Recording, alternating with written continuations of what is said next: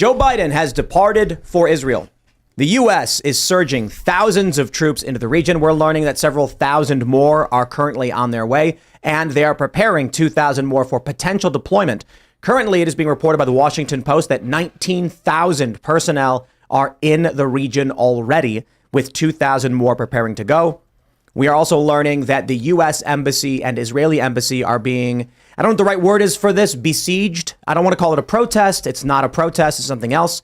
They've tried to storm the Israeli Embassy already in Jordan. There's reporting that in Beirut, there is some kind of attack on the U.S. Embassy, but that may be incorrect. We're getting a lot of conflicting reports right now. It seems like what we can say more definitively is that there was an attempt to storm the Israeli embassy in Jordan. The meeting between Joe Biden and the Jordanian government has been canceled. And there is a tremendous fear among many commentators and political personalities that Joe Biden is in serious danger going into the region right now and should not do it, because the risk, and I'll say this as my opinion, the risk is not just to him. It's to the world if something happens to him. But it certainly looks like things are getting very serious. Report has come out that a hospital in Gaza has been hit by some kind of rocket fire. The current, I would say, in my opinion, likely scenario is that Hamas fired a rocket. It misfired. It hit the hospital. But there's conflicting reports. Many on the left are saying that it was an Israeli strike. Many on the right are saying Hamas screwed up. We'll break this all down. But it certainly looks like we are entering a much larger war in the region, potentially the largest we've seen in our lifetimes. And with Joe Biden going to the region, things are about to get extremely serious. We could be looking at a total of 21,000 U.S. military personnel in the region, with already 19,000 there. We're going to talk about this. Before we get started, my friends, head over to castbrew.com and buy our coffee. If you want to support the show and you want the best cup of coffee you've ever had, head over to castbrew.com and pick up some Mr. Bocus Pumpkin Spice Experience. You get a picture of Mr. Bocus, the cat, on every bag you purchase. And we've got Appalachian Nights, Dark Roast, that's my favorite, to be completely honest, Rise with Roberto Jr.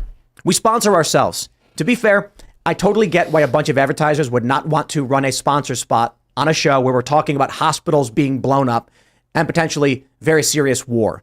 And for that reason, we sponsor ourselves. If you'd like to purchase some awesome coffee and support our cultural endeavors, go to castbrew.com and pick up your coffee today, or head over to timcast.com, click join us, become a member to support our work directly. If you're just like, you know what, screw it, I love these guys and I want to make sure they can keep working and bring on more really awesome people and work on these cultural projects to help win a culture war, go to timcast.com, click join us, join our Discord, hang out with like-minded individuals. And you can also watch our uncensored members only show. We're going to have those up, that one up for you tonight at 10 p.m. We do that Monday through Thursday. You don't want to miss it.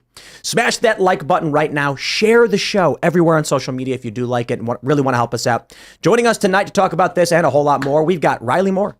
Hi, thanks for having me back on. Welcome back. Yes, sir. Who are you? What do you do? I am currently the state treasurer of West Virginia, also candidate for Congress in the 2nd Congressional District of West Virginia.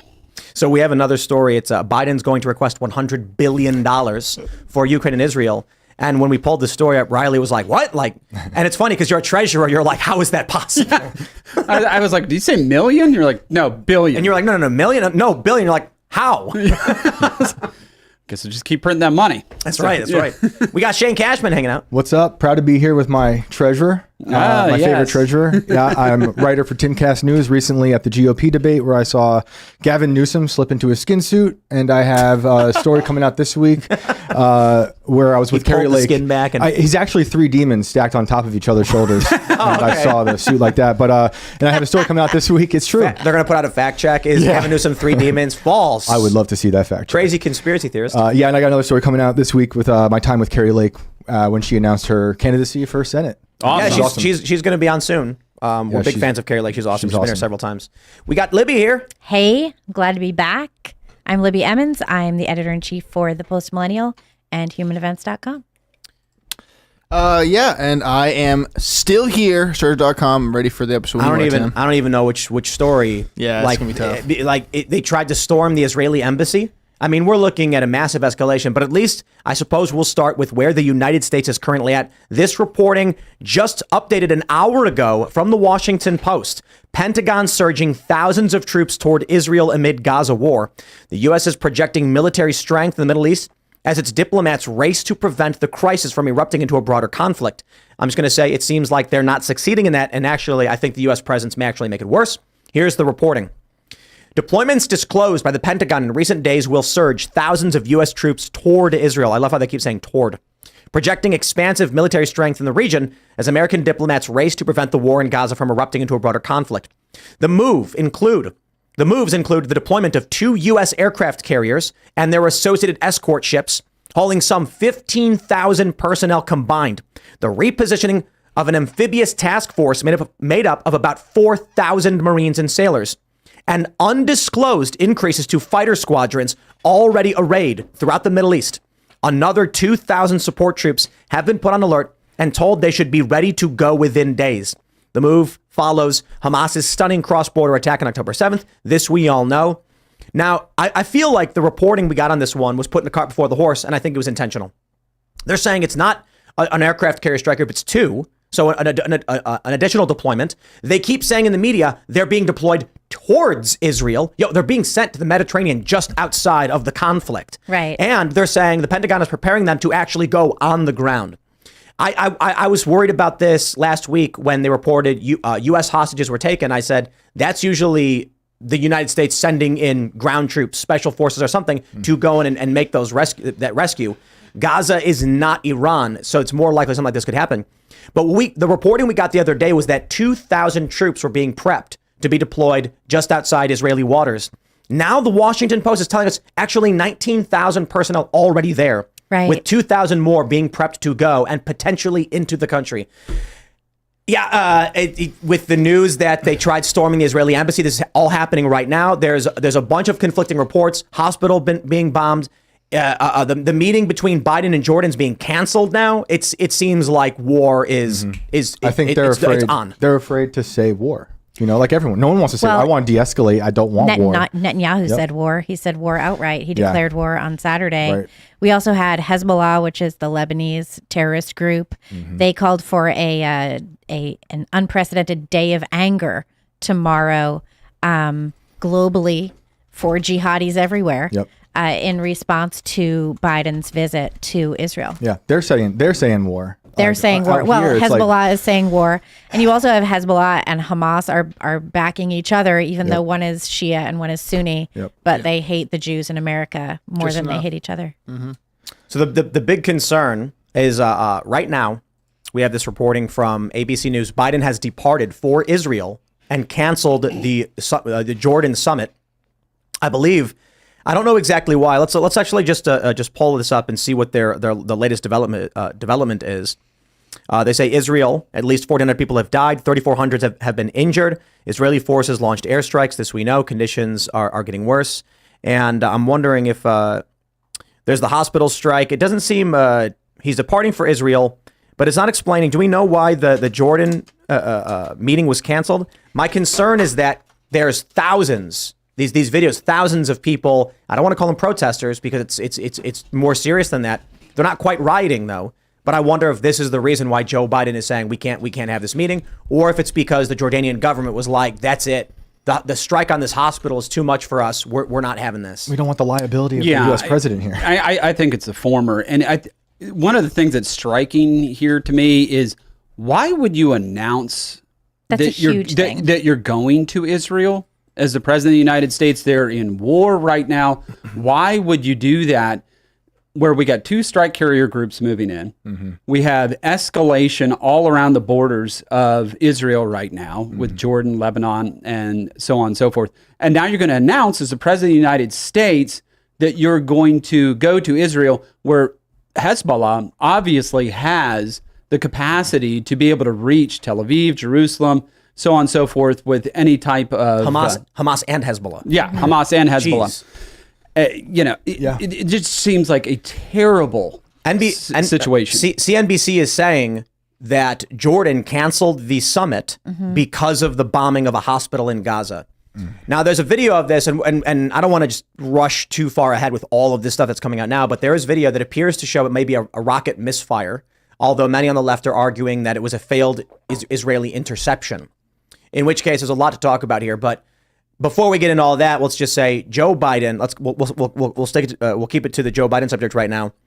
I'm seeing people tweet the concern that Joe Biden is risking his life for no reason These conversations can be had over the phone from secure locations, and going into Tel Aviv right now, going into Israel. It's stupid. Yes, it doesn't make any sense, but it shows. It makes sense if you want to casus belli to bring the U.S. into a war in the Middle East, but it doesn't make sense for diplomatic reasons. Well, and let's say, God forbid, me among many people would not want something like that to happen, some type of escalatory conflict in the Middle East. But gosh, wouldn't that look kind of opportune to maybe invade Taiwan if you're China? Well, that is the next thing. I mean, the next thing we're waiting for is for China to go, lay siege to Taiwan. That's really just the final piece. And you just moved two strike carrier groups over there. So that's basically Fifth Fleet, which is stationed in Bahrain, has now moved over there and repositioned themselves off the border of Israel. Third Fleet, which is out there in the Pacific on their own, wouldn't have any reinforcement because Fifth Fleet's now tied up. Right. What would we do? Well, we would have Then we would have a war on three fronts. Yes. Not to mention a porous southern border. Right. Yes. And with fears that Iranians have already been captured crossing through, as well as people on the terror watch list. So, and they've reported that people on the terror watch list have been captured at the southern border. Like at least 151. Captured. Those are the people that they know of. It's impossible to know how many. The border's a mess. Yes. Going to the borders, it's easier than TSA. Dude, they tag your bags, they get you water, and they give you a spot to sleep. They don't even check to see if you've got guns in your bag. No.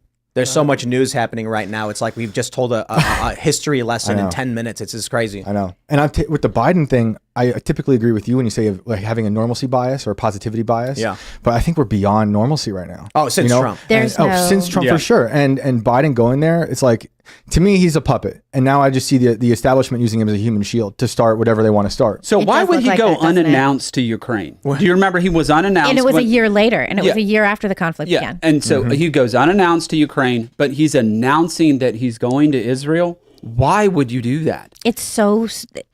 You could say maybe it's to make him appear like a strong figure because he hasn't been at all. But he's not. Everybody knows Everyone that. knows he's not strong. Right. So the argument people have brought up is that a wartime president has never lost. And I'm like, yeah, that ain't Joe Biden, though. A wartime president, even George W. Bush, conveys some kind of strength and people fear a dramatic change. But if Joe Biden's as frail and pathetic as he is, people are going to beg for change. They're going to be like, we need a leader now, please. The joke's over. We're sorry we went with this guy. Just gets anybody else.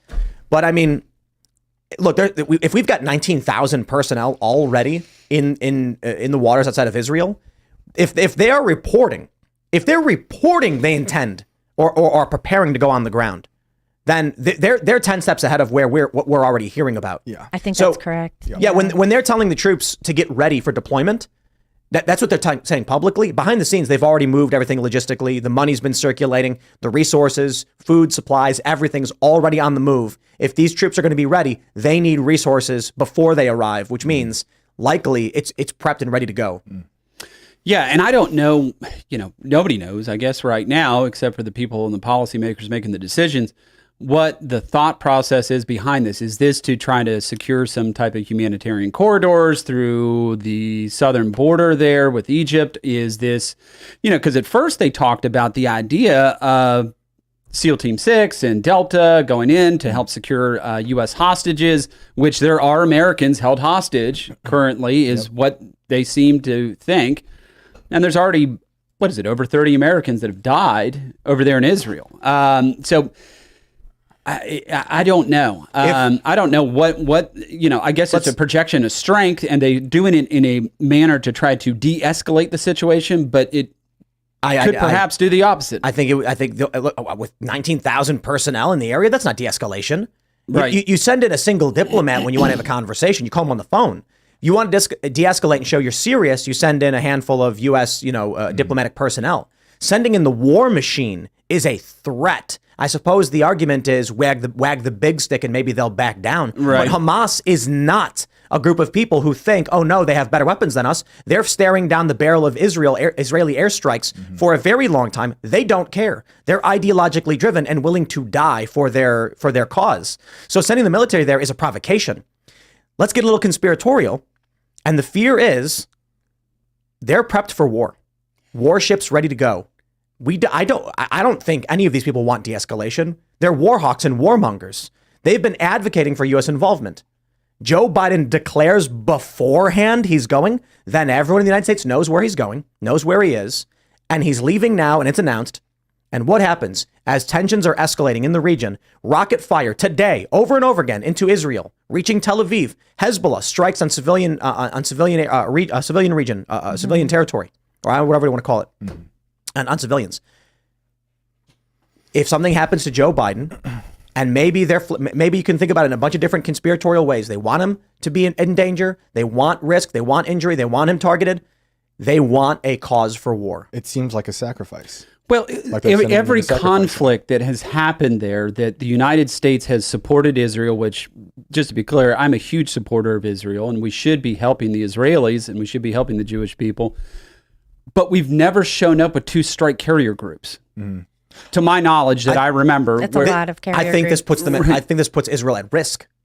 It's one thing when you have the ongoing conflict between Israel, Gaza, Palestine, etc. We've seen it going on and on. With the Gaza war in 2014, it was the Israeli Operation Protective Edge. We had a great concern. I remember being in the newsroom that this could escalate to the point where Iran declares some kind of involvement or provide supplies, forcing the U.S. to respond in kind. But that did not happen. It was 51 days. Things chilled out. For what reason now are they like, let's deploy two aircraft carriers and the president into the region? Yes. Well, we've seen an awful lot, too, on the other side. Like, we've seen Putin meeting with Iran. We've seen that Iran has been meeting with Hamas and Hezbollah. Like, that's all been documented by the Wall Street Journal. We've seen all of these reports coming out. So I think it's fair to say that Hamas is ready for something large scale and long term. They've been planning this attack for a good couple of years at this point. They've been planning it basically since Biden got into office. We've seen that. The documentation has come out, you know. And there's no doubt that when Hamas struck Israel last week, there's no doubt that they were not aware of what the retaliation would be. They knew it would be fierce. They knew that they were going into war, that they were creating war. And they knew that Israel would have a disproportionately, violent attack that would be incredibly horrifying for the civilians of Gaza. Hamas knew that. Of course, they knew that. So everything that they are doing, either it's part of their intentional plan or they're fine with it. And they are using the tragedy of their civilians to generate sympathy. Exactly. And I think to your point, what they want to do is draw the Israelis in. I mean, there's nothing more difficult than urban warfare. Right. Right. There's nothing more difficult than that. And you will lose lives. And there will be civilian casualties. There's things that are going to happen in urban warfare that could theoretically, and we've seen all the fake news that's out there about what's happening in this conflict that's trying to paint the Israelis in a bad light, that could be used to garner more sympathy around the world for the Palestinian cause. So, yeah, I mean, I think you're exactly right. They're more than willing to use their own population as fodder and human shields and everything else to be able to further their cause. Let's talk about how this is going to affect you here at home before we go back to the war stories. From the Wall Street Journal, Biden planning to ask Congress for $100 billion funding package for Israel and Ukraine. $100 billion. Get your contracts out. Where's that money coming from? So we've already spent $113 billion on Ukraine alone since February 2022. We've given Israel, I think, $38 million, starting with a deal in 2016 that was like $38 billion over a decade. Just over $3.5 billion. So there was a new MOU in between the United States government and Israel for military financing, the FMF MOU that we do with Israel that we've done now for decades. And that's part of our funding for them to be able to ensure their qualitative military edge. I'm cool with that money, honestly. Yeah, and I'm totally support that. I don't know how this money breaks down the $100 billion. Like who goes? I'm not cool with the 113. My problem either, is though, I'm into we need to fix this country right now. I'm supportive of Israel striking back. I pray for the innocent people on both sides, but I've been reporting on this country so much this past year, and we are a mess. Yeah, you're everywhere. Everything's collapsed. I was in East Palestine a month after the explosion. they're still in need, right? Look, Lahaina burned down. What are we doing? They're shutting down. I mean, look, CVS's are shutting down. Targets, Walgreens, all shutting down. Rite Aid did Rite Aid. Like Rite Aid was that was an opioid thing. It was, right? yeah. But yes, that is also very, very bad. Bank branches are shutting down across the board. U.S. infrastructure is collapsing. There's this viral video right now of this woman talking. She's a Canadian, by the way, but we're close enough neighbors. She's talking about how she wanted to get a salad and some ribs, and it was $45, and she was shocked. Now, I think one of the problems here is that she blames the grocery store for the high price, which is like that's like a Trudeau issue. But now that's Canada. Almost there. I want everyone to understand. There's another viral video that I think I recorded this for Friday, so I don't think it's up on my channel yet. But it's a guy comparing prices from Costco a year on. And it's like the cost of rice has doubled. The cost of mayonnaise has doubled. The cost of beans has doubled. And he's like, yo, they're saying inflation's only a couple of percent. All of the food staples, chicken, the prices are up 7,500%. You spend another $100 billion. We don't have that money. Well, and it's not just printing off more money, which we've been consistently doing through the Inflation Reduction Act and all the other trillions of dollars that we've been spending because of Joe Biden and the Democrats and what they've been doing in Congress. Secondarily to that is you have to remember part of this is how does food travel? How does it get to you? It gets to you by truck. It gets to you by, what are those powered by? Fossil fuels, right? And what are the Democrats trying to stop the production of? Things like oil, gas, coal, things of that nature. So they've created essentially artificial scarcity in the marketplace around things like oil, which then creates, the demand is there, supply and demand. The supply is high, the demand is high and the supply is low because of the artificial scarcity and the regulations they put into place around the fossil fuel industry. So to be able to transport those items, it's a pass-through cost. It's going to go down to the consumer. It's going to always hit the consumer. It's a hidden tax. You all are paying right now for this war on the fossil fuel industry, literally at the grocery store. It's all part of the inflation that's happening. It's not just all the money that they're printing, but it's also what they're doing in the energy industry, which literally transports everything that you buy. When I was when I was in California, it was $7 for a gallon of unleaded gas. And it all started when Biden shut down the Keystone Pipeline. Yes. Yeah. Yes. You can actually look at the moment when Biden is inaugurated, not even the election, and you can see like an inversion in wages and inflation.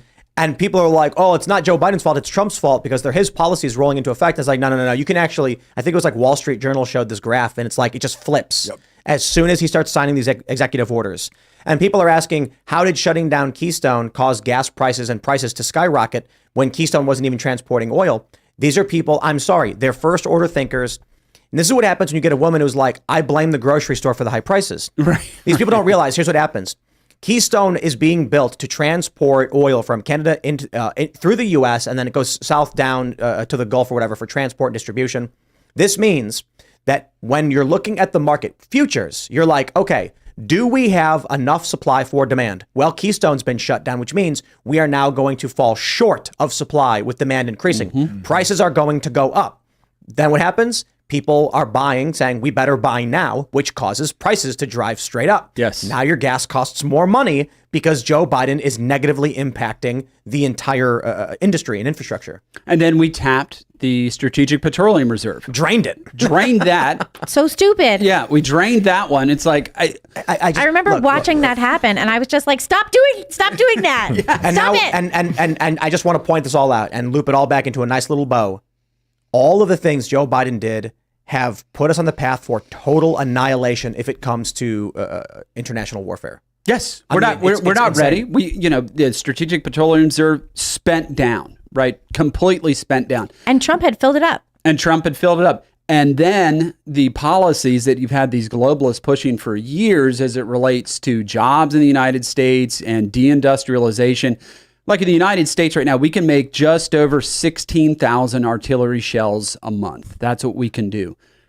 The Ukrainians are spending 60,000 a month. So we're transferring literally out of stockpile over to them, which is affecting our readiness down the road. The Pentagon has a plan to increase this to like 24,000 artillery shells a month in the next 3 years. Does that sound like we're ready for anything? Like, of course we're not ready. Not exactly, yeah. We rushed, just into this service tech economy type thing that we're living in now, offshored all of our manufacturing jobs. If we had a World War II situation pop up here again, is there any way we'd be ready to industrialize the economy to be able to build the type of machinery, equipment, and military equipment that we would need to defend ourselves? Of course not. The only thing we'd have is like Facebook, and we could post a comment being like, the Chinese are invading, this sucks. The only thing we just meme about it. Yeah. Yep. It's terrible. It'll go down in the history books as we all whinged ourselves to death. Right.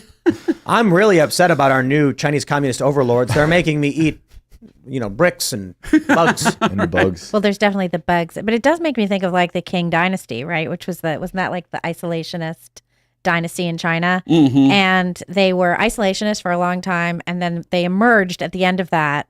And they were like, oh, now we're ready to rejoin the world. And they had gotten a lot of their thing together in terms of like who they were as a people. And Americans, we don't know who we are as a people. I was watching this video on Twitter today. This woman was like, I was overseas and these are all the things I hate about America now. And I was just like, I hate everything about you. Like, I love everything about America.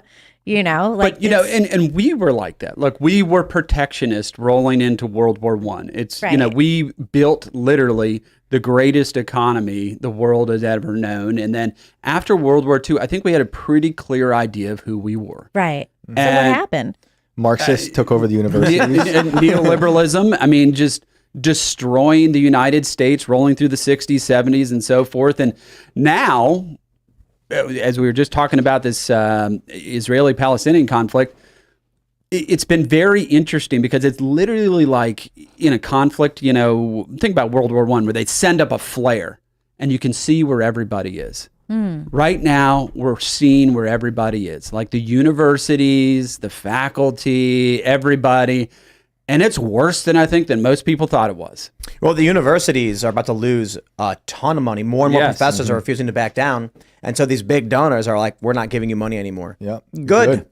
Yeah. They let them collapse. I was in those colleges teaching for too long. I saw like Marxists teaching the kids, I was in those colleges studying for too long. And in New York, right? Where as worse as it could possibly be. But I really do think the universities are a big problem of where our identity started to erode. I don't think it's universities. I think it's social media. I think social media accelerated it. But I think a lot of really bad people who were actual like Marxists, like people in the Weather Underground, who were terrorists, domestic terrorists, then got out of jail, pardoned by people like Clinton, went into became professors and then taught, Marxism. I've had this debate 50 billion times, and there are a lot of ideologies in universities. And just because one we know of now doesn't mean that it's the cause of it. It just means it existed in universities. Right. And this is why we thought that as soon as these kids got out of college, they'd have a cold wake-up call. But so let's put it this way. Let's say there's the greater world and there's university world. University world is woke. These kids graduate from college from woke professors. Yep. They should be thrown into a capitalist world that chews them up and spits them out. No, something else happened. Those kids commanded power. Because there were a lot of them. No, because of social media. Because the kids would go on and send 50 emails. They would then start spamming, and McDonald's would panic, and these corporations would panic and be like, what's happening? Why are we being attacked for this? If there was no social media apparatus, these kids would never get on TV to complain about anything. They would never come out and say, we think this company is racist because they did X or Y. The people who run the company would be like, they'd go to the big media corporations and say, don't have those people on your show, and they'd be marginalized. Right. But social media gave them a free platform. And the algorithms incentivized intersectionality in far left politics because more keywords means more clicks. They made more money from it. Now, when you've got big corporations going to these brands, they're going to say, look, we use Google AdSense. Our principal customers are a whole bunch of small restaurants. We don't care. We're going to run the article calling you racist because it's going to make us $1 million. And the way I see it is social media is an extension of the Marxism they learned in schools where they were taught like the Cultural Revolution was good. At least I'm hearing. And then they see the social media as a struggle session where they can. So the issue is all the other ideologies that exist did not get that boost. And they're in colleges as well. Right. And it's because social media algorithms, they take what is socially acceptable plus whatever generates the most keywords possible, which of course is going to be racism, social justice, etc. So if they started making videos that were pro-white nationalism, those would be deemed socially unacceptable by big brands and otherwise, so it doesn't happen. Facebook doesn't want to be associated with it. So they create algorithms that promote far left politics, which is why Twitter went from the free speech wing of the free speech party into you can't misgender people, it's against the rules. Yep. Social media was promoting these things. Jack Dorsey was a free speech absolutist until he started getting attacked by activists. But I'll simplify it because I do want to move on to the next story. None of this would exist or break through into the mainstream were it not for social media platforms allowing or incentivizing companies to do it. Example, Mike.com started off as pro Ron Paul and then turned into far left wokeness. It's not because the universities made it happen. It's because the social media algorithms created a monetary course for any new blog. And it was plainly obvious that Ron Paul was not making you money. Wokeness was. But let's jump to this next story because we got big war news. Shout out to Raymond G. Stanley Jr. super chatting this. This is from defensenews.com. House drafts bill to strike Iran proxies amid Israel-Hamas war. Ladies and gentlemen, we are on the precipice right now. House Republicans are running a military authorization that would allow President Joe Biden to strike Iran-backed proxy forces throughout the Middle East if the Israel-Hamas war escalates into a broader regional conflict. Foreign Affairs Chairman Mike McCall of Texas told Defense News on Tuesday he's drafting the bill in case Lebanon's Iran-backed militant group Hezbollah steps up its attacks on Israel. The prospect of escalation comes as Israel continues its week-long aerial bombardment, et cetera, et cetera. I hope you guys are ready, man, because a grain of sand, the saying I often use, how many grains of sand make a heap? Where's the off-ramp?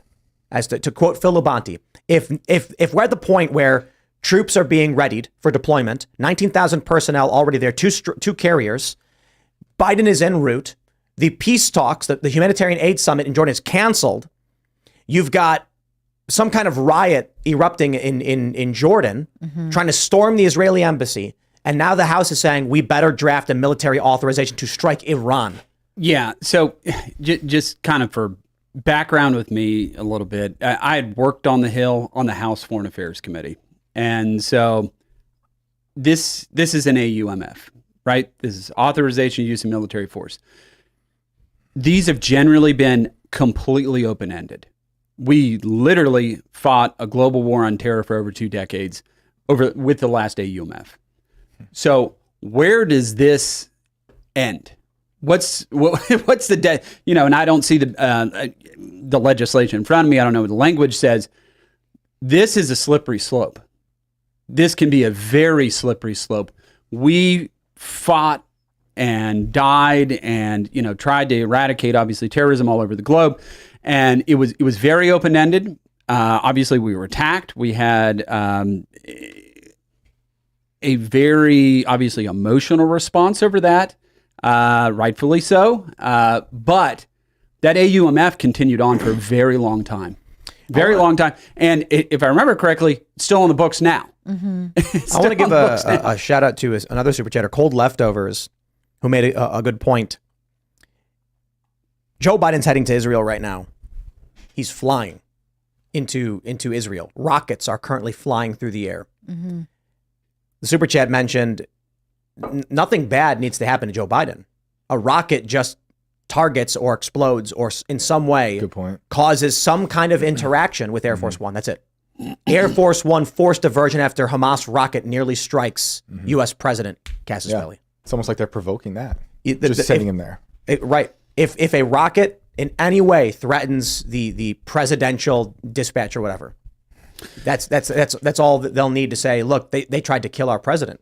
Yeah, that's a big deal. And they're drafting. Well, remember George Bush did that. He was like, they tried to kill my dad. Remember that? Yeah, that's right. Yeah. Yeah. Well, I mean, but that wasn't a Cassius Belli. No. That was him whinging. That was whinging for sure. But if we can whinge like that, then what does this look like? And kind of and we saw this even way back in the day, Mujahideen in Afghanistan, the asymmetric technology that exists for terrorists, which we provided, obviously, to be able to defeat the Soviets in Afghanistan. The Stinger missile, these are heat-seeking missiles, which literally rocket-fired. It's a man-pad, as they call it.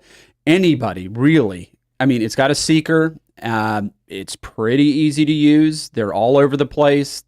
The Russians, formerly the Soviets, also manufactured them. The SA versions. They're all over the place, right? Now, look, obviously, there's countermeasures on Air Force One and all these other things. It does make me think, are they moving like these strike carrier groups there also because he's going there? Interesting. Right. Is that part of the reason? Like how long I don't know. Been planning to go there? Yeah, because they moved the aircraft carriers like a good few days ago. At this point, wasn't it over the weekend, Saturday? I'm not sure. Yeah, and they do have a ballistic missile defense system on these destroyers, right? So you got the BMD ballistic missile defense destroyers attached to strike carrier groups, which are part of that larger group of ships that go. Is that, I don't know. It's just an open question. Is that part of the reason they're there so Joe Biden can go to Israel? Yeah, I don't know. I don't know. It does make sense. But it also there doesn't seem to be any reason, like Tim was saying, there doesn't seem to be any reason that he has to go to Israel. You know, a phone? There's like just no reason for that. I mean, how many times could you schedule a meeting with someone to have in person and then you just call them via, pick your video conferencing app? Or how about he meets with all of these world leaders in Egypt, in Cairo? Right. Yeah. Somewhere more secure. Or still literally right anywhere. there. I mean, Like, the they could carrier come group. here. The carrier group is right there, next to Israel, Egypt, etc. They could easily land in Cairo and have the meeting there.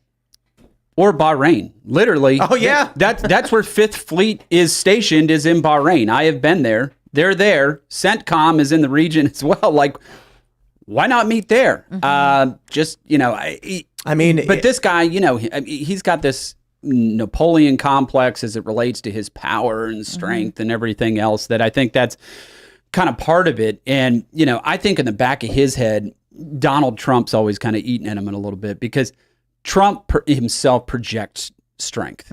He does. Biden falling down a set of stairs about every 2 months certainly doesn't, right? And maybe that's part of the thing. I'm going to roll 2 strike carrier groups in here. I'm going to fly in. Here comes President Biden, But is he even making the decisions? Yeah, right. I was just saying, I don't know. Yeah. Riley's being very kind by saying Biden has his own thoughts going on. Yeah. But I was also thinking today about when Trump went and met with Kim Jong-un. That was like a great He image. walked across the DMZ. But way different situation. There was, It wasn't a war. It is a war. But there's when like he went. periodic armistice or whatever you want to call it. Right. Donald Trump meeting and walking, what did he walk, like 100 feet or something? Is an effort towards peace at a time when bombs aren't being dropped by multiple countries, and it's just not the same. Kind of a smart move. Yeah. Well, on his in this, part. it's Donald Trump was meeting specifically with the enemy leader to negotiate peace. This is Joe Biden meeting with one faction's leader at a time when rockets are being fired back and forth. Right. And there's tens of thousands of them aimed at Israel to their north with Hezbollah. And, for me, it's hard to believe just a few years ago. I mean, Donald Trump was the peace president. There was no wars. We're not dealing with any of this stuff when he was president. And I mean, that's for a reason. I mean, people see us right now, I think, around the world, and they see an opportunity. They see an opportunity to do this stuff. When he was speaking in Iowa, Trump, was it yesterday he was speaking in Iowa? He had 2. I think so. Yeah. He said, my personality kept us out of war. That's right. And he's definitely not wrong about that. No. Sure. Yeah, he's definitely right. I'm curious to see what would happen to these Republicans who vote in favor of another AUMF. I mean, look, they know they can't beat Trump. There's a reporting in the Wall Street Journal today. Donations to the GOP rivals have stopped. None of these big donors want to give money to losers anymore. They're like, these guys can't win. Trump's lead is growing. He's improving in the polls. We're flushing money down the toilet. Yep. People who are voting for Trump do not want foreign intervention. They do not want more war. They do not want World War III. I'm wondering what's going to happen to the GOP members. Look, they're going to get a decent amount of support. I'm not saying everyone's absolutely opposed to intervention, but 30%? I mean, this could cost some of these guys their reelection. The GOP was a joke. Going to that debate, I mean, no one had a presence at all. Trump's lack of presence was more of a presence than anyone on that stage. And then when Newsom showed up, he was the star. Hannity practically made out with him on stage. I was like, this is ridiculous. It was crazy. And then when I got there, people were telling me there's protesters on the street on the way up to the Reagan Library. I'm thinking Antifa, like thugs.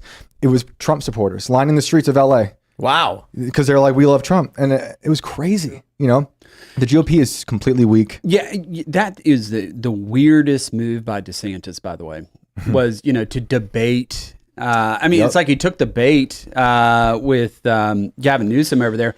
Yeah. And, I think Gavin Newsom's arguably one of the worst governors in the country. Yep. He's destroyed California even more. He has destroyed California. but the guy's pretty slick. And that's not a good matchup for DeSantis. No, DeSantis is horrible on stage. He was a great governor. Terrible candidate. Yep. It makes you worry, too, because it's clear that his campaign staff is not getting the job done.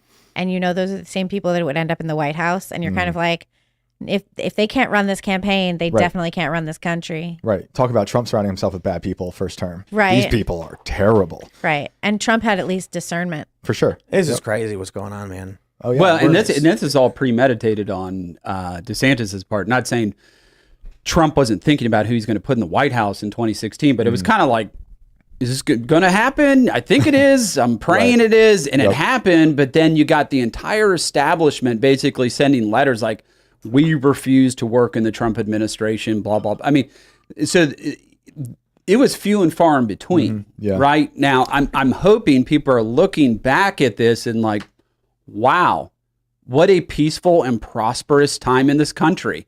It really was. Despite all the nonsense that was going on, Russia hoax collusion, blah, blah, blah, all this other stuff. I mean, it really was a prosperous and peaceful time for this country. I often think over these last few years of Trump's State of the Union that he gave right before COVID happened. And it was so happy and joyous, are you tired of winning type, language. Right. It was, And as someone who taught narrative studies fiction classes for 10 years, I was like, oh no, we're too happy. Right? Something bad. No. Something bad. It always happens in the movie. If they start out happy, or if it gets to a happy part, if it's not the end, which I hope it's not the end. Well, it's going to go bad. And he dealt with threats in the way they should be dealt with. Now, remember, ISIS. Obama says ISIS is going to be a generational threat for the United States. JV team. They had restrained rules of engagement. Trump snuffed them out in like less than a year. Right? And then what does he do? He strikes Soleimani over in Iran and is like, don't mess with us. And he sent a message out there. You remember when he dropped a massive ordnance penetrator on over there in Afghanistan? Like, we're not playing around anymore. I want to pull up this story from Times of Israel. Hezbollah calls for day of rage over Gaza hospital blast. So the story there with the hospital blast is disputed right now. All the leftists are basically saying Israel destroyed with an airstrike a hospital, killing 500 civilians. However, it is being disputed. Many on the right, or say more pro-Israel, are saying, because it's not just the right or the left, but pro-Israel is saying this appears to be a rocket misfire from Hamas. And based on the footage, I can't tell you. I'm not a military ordnance expert or whatever, rocket expert. It does look like, first, you do see a rocket emerge from Gaza. And then in the middle of the air, it sputters out in a strange way. And then all of a sudden, directly below it, you see an explosion. It looks like it may have been a misfire. The rocket then falls from the sky and slams, blowing up on the hospital. But I don't know. I don't know for sure. It's possible that an Iron Dome interception hit it and was deflected and was invisible. I mean, I'm not being cute. I'm saying had no trail, no rocket. So it was at night, and for some reason you couldn't see the Iron Dome rocket. It's possible. But my understanding is that Iron Dome interception, which are rockets themselves, you can see both. Yeah. There's that famous photo of the rockets coming out of Gaza and then the Israeli Iron Dome flying up and intercepting them all. So when you see this video and a rocket goes up, sputters, and then falls straight down, it looks like a Hamas misfire. Yeah, and I think we have the video. Yeah, and you're right. It is a little difficult to discern. So we actually have a video here. It's super hard to see. You can't really see much. You follow it right here.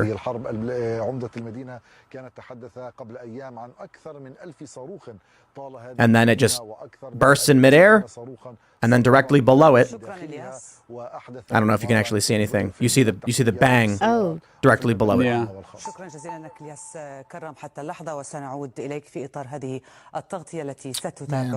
I'll say this though. The two stories. It was, well, the left is arguing it was an Israeli airstrike, but that video shows something. Not many people are arguing the timestamp doesn't make sense or whatever. Okay, fine. I don't know. Whatever. I think it would make more sense. There is a post by someone who's not an official with the Israeli government saying that they hit a hospital, a terror group using a hospital as a base, deleted the tweet. Israel saying, no, this appears to be a Hamas misfire. I think that's the simple solution here. I'm not trying to give Israel a free pass. Hamas is firing a ton of rockets that are makeshift, made out of water pipes. Like the misfiring is extremely likely and probable if they're firing thousands of them. Yeah, look, I'm not an ordnance expert, but if that video is correct, you see it in ascendancy, and then you see something, a burst, and then something come down. So airstrike, certainly it was not. Right. But assuming that video is of the incident in question, some people are arguing the timestamp is off. We just don't know. This is modern fog of war, where we're dealing with propaganda, where you've got the left in the United States a really great example of this fracture would be, and I haven't watched it, but Hassan Piker and Ethan Klein have a podcast together, and Ethan is married to a woman from Israel. I believe she's from Israel, and she was in the IDF, and Hassan is an American leftist. I'm not sure if he was born in the U.S. or because he's Cenk Uyghur's nephew, and Cenk was born in Turkey, in Istanbul. But the fracturing there, where Hassan is like, Israel is bad, and then Ethan is trying to be like, but can we at least acknowledge what Hamas is doing is wrong? It's like the left is fractured on this one completely. In the United States, the divide is so stark that the U.S. is going to be paralyzed if it tries to fund intervention on behalf of Israel, because you've got a large faction of the Trump supporting base which are going to be like, not a chance, and the entirety of the woke left, not a chance. So you're going to have perhaps a plurality, but maybe even a minority in this country who would agree with some kind of U.S. involvement in the region, and that's going to lock us out. They're going to have to just go ahead and do it, but that's risking destabilization in this country. Yep. That's why I urge everyone, when I see these videos, to remain suspicious of anything that confirms any bias you might have for this conflict, because people are reporting on this stuff immediately or tweeting about it immediately, and they seem like they know exactly what it was. I'm like, we've been through COVID, we've been through a lot of things, a lot of lies in our generation. Where it's like, I can't trust anything. And do you notice we don't see videos coming out of Ukraine like this ever? Oh, right. No, I just want to say right now, the truth matters to us morally, but in this war, it matters none. Hezbollah is calling for a day of rage. They said the hospital strike was a massacre and a brutal crime. And even though Israel is saying there was a Hamas misfire, all the Arabic nations are saying, nope, you did this. It doesn't matter what really happened. Yeah, it matters. Totally. The Israelis aren't calling for like a day of rage. No, for sure. I know that. But my point is, but after they go into a kibbutz and kill men, women, and children, the Israelis weren't saying, let's have a day of rage all over the world. And the point is, but that's because they declared the fact of the matter is, in this hospital strike are immaterial to what comes next. The left will accuse Israel. They will rage because of it, whether it was true or not.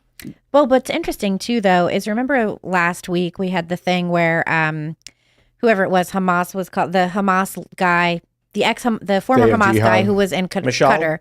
Yeah, he called for the day of jihad on Friday. And you notice how there wasn't a day of jihad on Friday? That's because these things take time to plan. Like, you have to organize something like this. They organized this massive attack for years.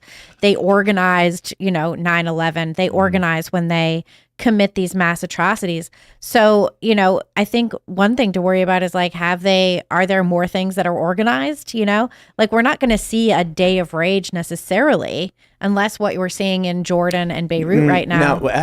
When you get a call for a day of jihad on the fly, they say, hey, this Friday, you get 2 days to plan and nothing happens. I'm not surprised. But now that those people have been activated by the news last week are now seeing this, now they're going to be mobilized, more likely so. There's embassies burning right now, Right. I think something's happened. And people are saying that there were pockets of violence on Friday, but the media has refused to define there was protests and riots. But like the guy in California who drove through the crowd, that they were saying. Well, there was the guy in Brussels who killed people. The guy in Brussels. And in France, the teacher. Paris. Yeah. Paris. But I mean, Hezbollah also, they weren't just saying that it was the hospital that's their reason for the day of rage. They said that it was an unprecedented day of anger against the enemy and its crimes, against Biden's visit to the Zionist entity to cover and protect this criminal entity. The message should be clear that this is a day without turning back on the path of resistance, victory, and retribution for the oppressed against the oppressor. So what they're also saying is it doesn't matter what you ever do. We are going to fight until we annihilate you. Yes. And look, this is an adage we've all heard, but it is absolutely true. If the Arabs decided to disarm tomorrow, you would have peace. If the Israelis did, you would not have a Jew left in Israel. Right. And perhaps the world. Like, yes. I mean, and the Palestinians have never missed an opportunity to miss an opportunity. Right. Every single time there's tried to negotiate some type of two-state solution, they have missed an opportunity every single time something real has been put on the table, which makes you think they don't want peace, right? And if this was some kind of pan-Arab movement, then why don't the Egyptians and the Jordanians and everybody else open up their borders, support them, try to do something? They don't want them. Well, they value their own culture, too. They don't want that. I want to pull up this tweet. I just saw Andy No retweeted it. Geo confirmed appears to be stating that this does seem, based on geolocation data, to have been a Hamas rocket, which for some reason misfired, fell down onto the hospital. You can see 2 explosions. And they actually go through the geo data. They look at this. This is really amazing investigation. Oh, wow. Pulling up daytime photos and then comparing it with the news footage so you can find the locations. Multiple videos of the rocket here. Here's a better video. And the last one, you can see kind of what happens with the rocket going up. And then for some reason in midair, there's perhaps a misfire, reasons unknown.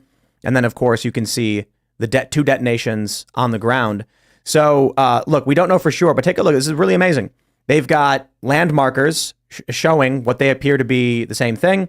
They believe the geolocation data, the coordinates are all there. The buildings they've identified, and they show the map. And I believe it looks like their conclusion is a missile launched by a Palestinian group exploded midair for reasons unknown, and one piece fell onto the hospital, causing an explosion. The geolocation and timing of the footage is conclusive. More information will be added to the thread. This is from 3 hours ago, so a really interesting thread.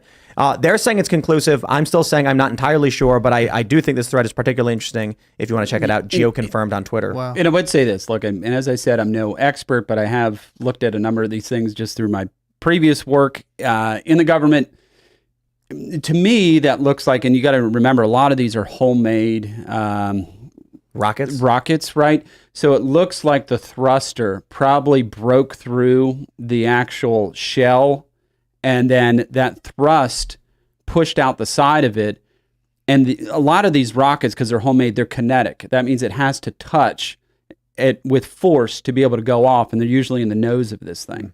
And so the thruster probably burst out the side of the actual rocket, and then it fell down, made kinetic contact, obviously, with the hospital. And that's just a guess. Nobody quote me out there, try to own me on it later, but it's just a guess. Geoconfirm mentions, I mean, the simple version is what you see when the rocket ignites in midair is the propulsion system breaking, and the payload is still active when it slams into the ground. Exactly, because the payload itself is generally, they're kinetic, right? Yep. And so if the rocket and the booster go out, then it's going to, wherever it falls, it will explode. Yeah, look, I mean, this is the scary reality of war. This is what false flags are for.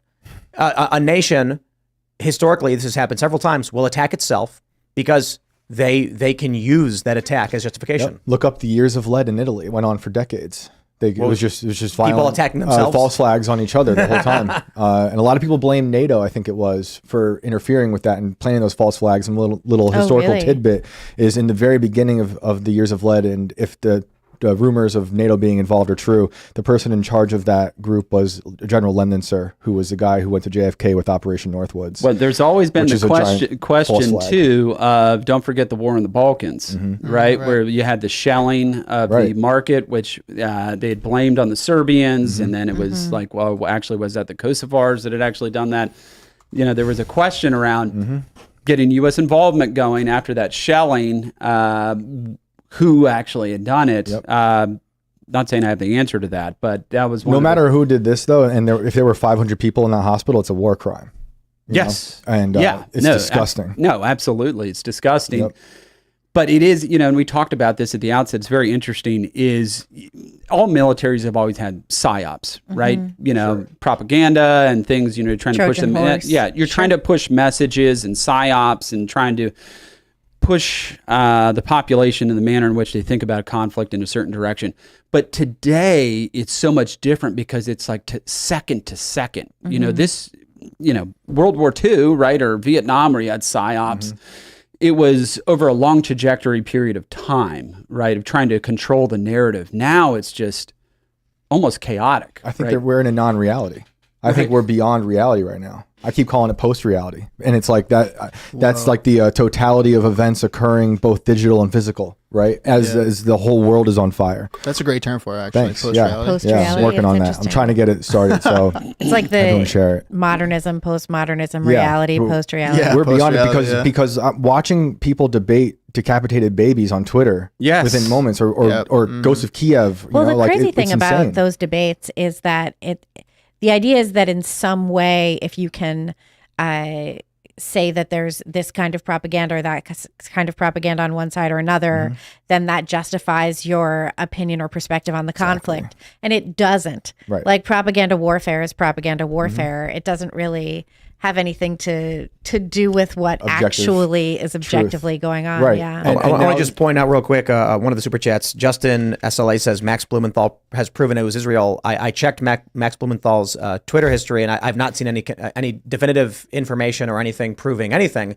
I have seen some conjecture that the videos that are putting out have an incorrect timestamp, which will have to be verified. And I'm also stating I am skeptical on the geo-confirmed, but I do think a long thread from a geo-tracking with coordinates, non-war, non-journalistic entity is just being like, we tracked the images, we looked at the locations, here's the coordinates. It's reasonably more likely to be true. However, I will remain skeptical. I don't know who did this, but it does seem, in my opinion, based on everything I've read, Hamas likely had a rocket misfire. I mean, look, these are makeshift, improvised rockets. Yes. Saying that it misfired is not unreasonable.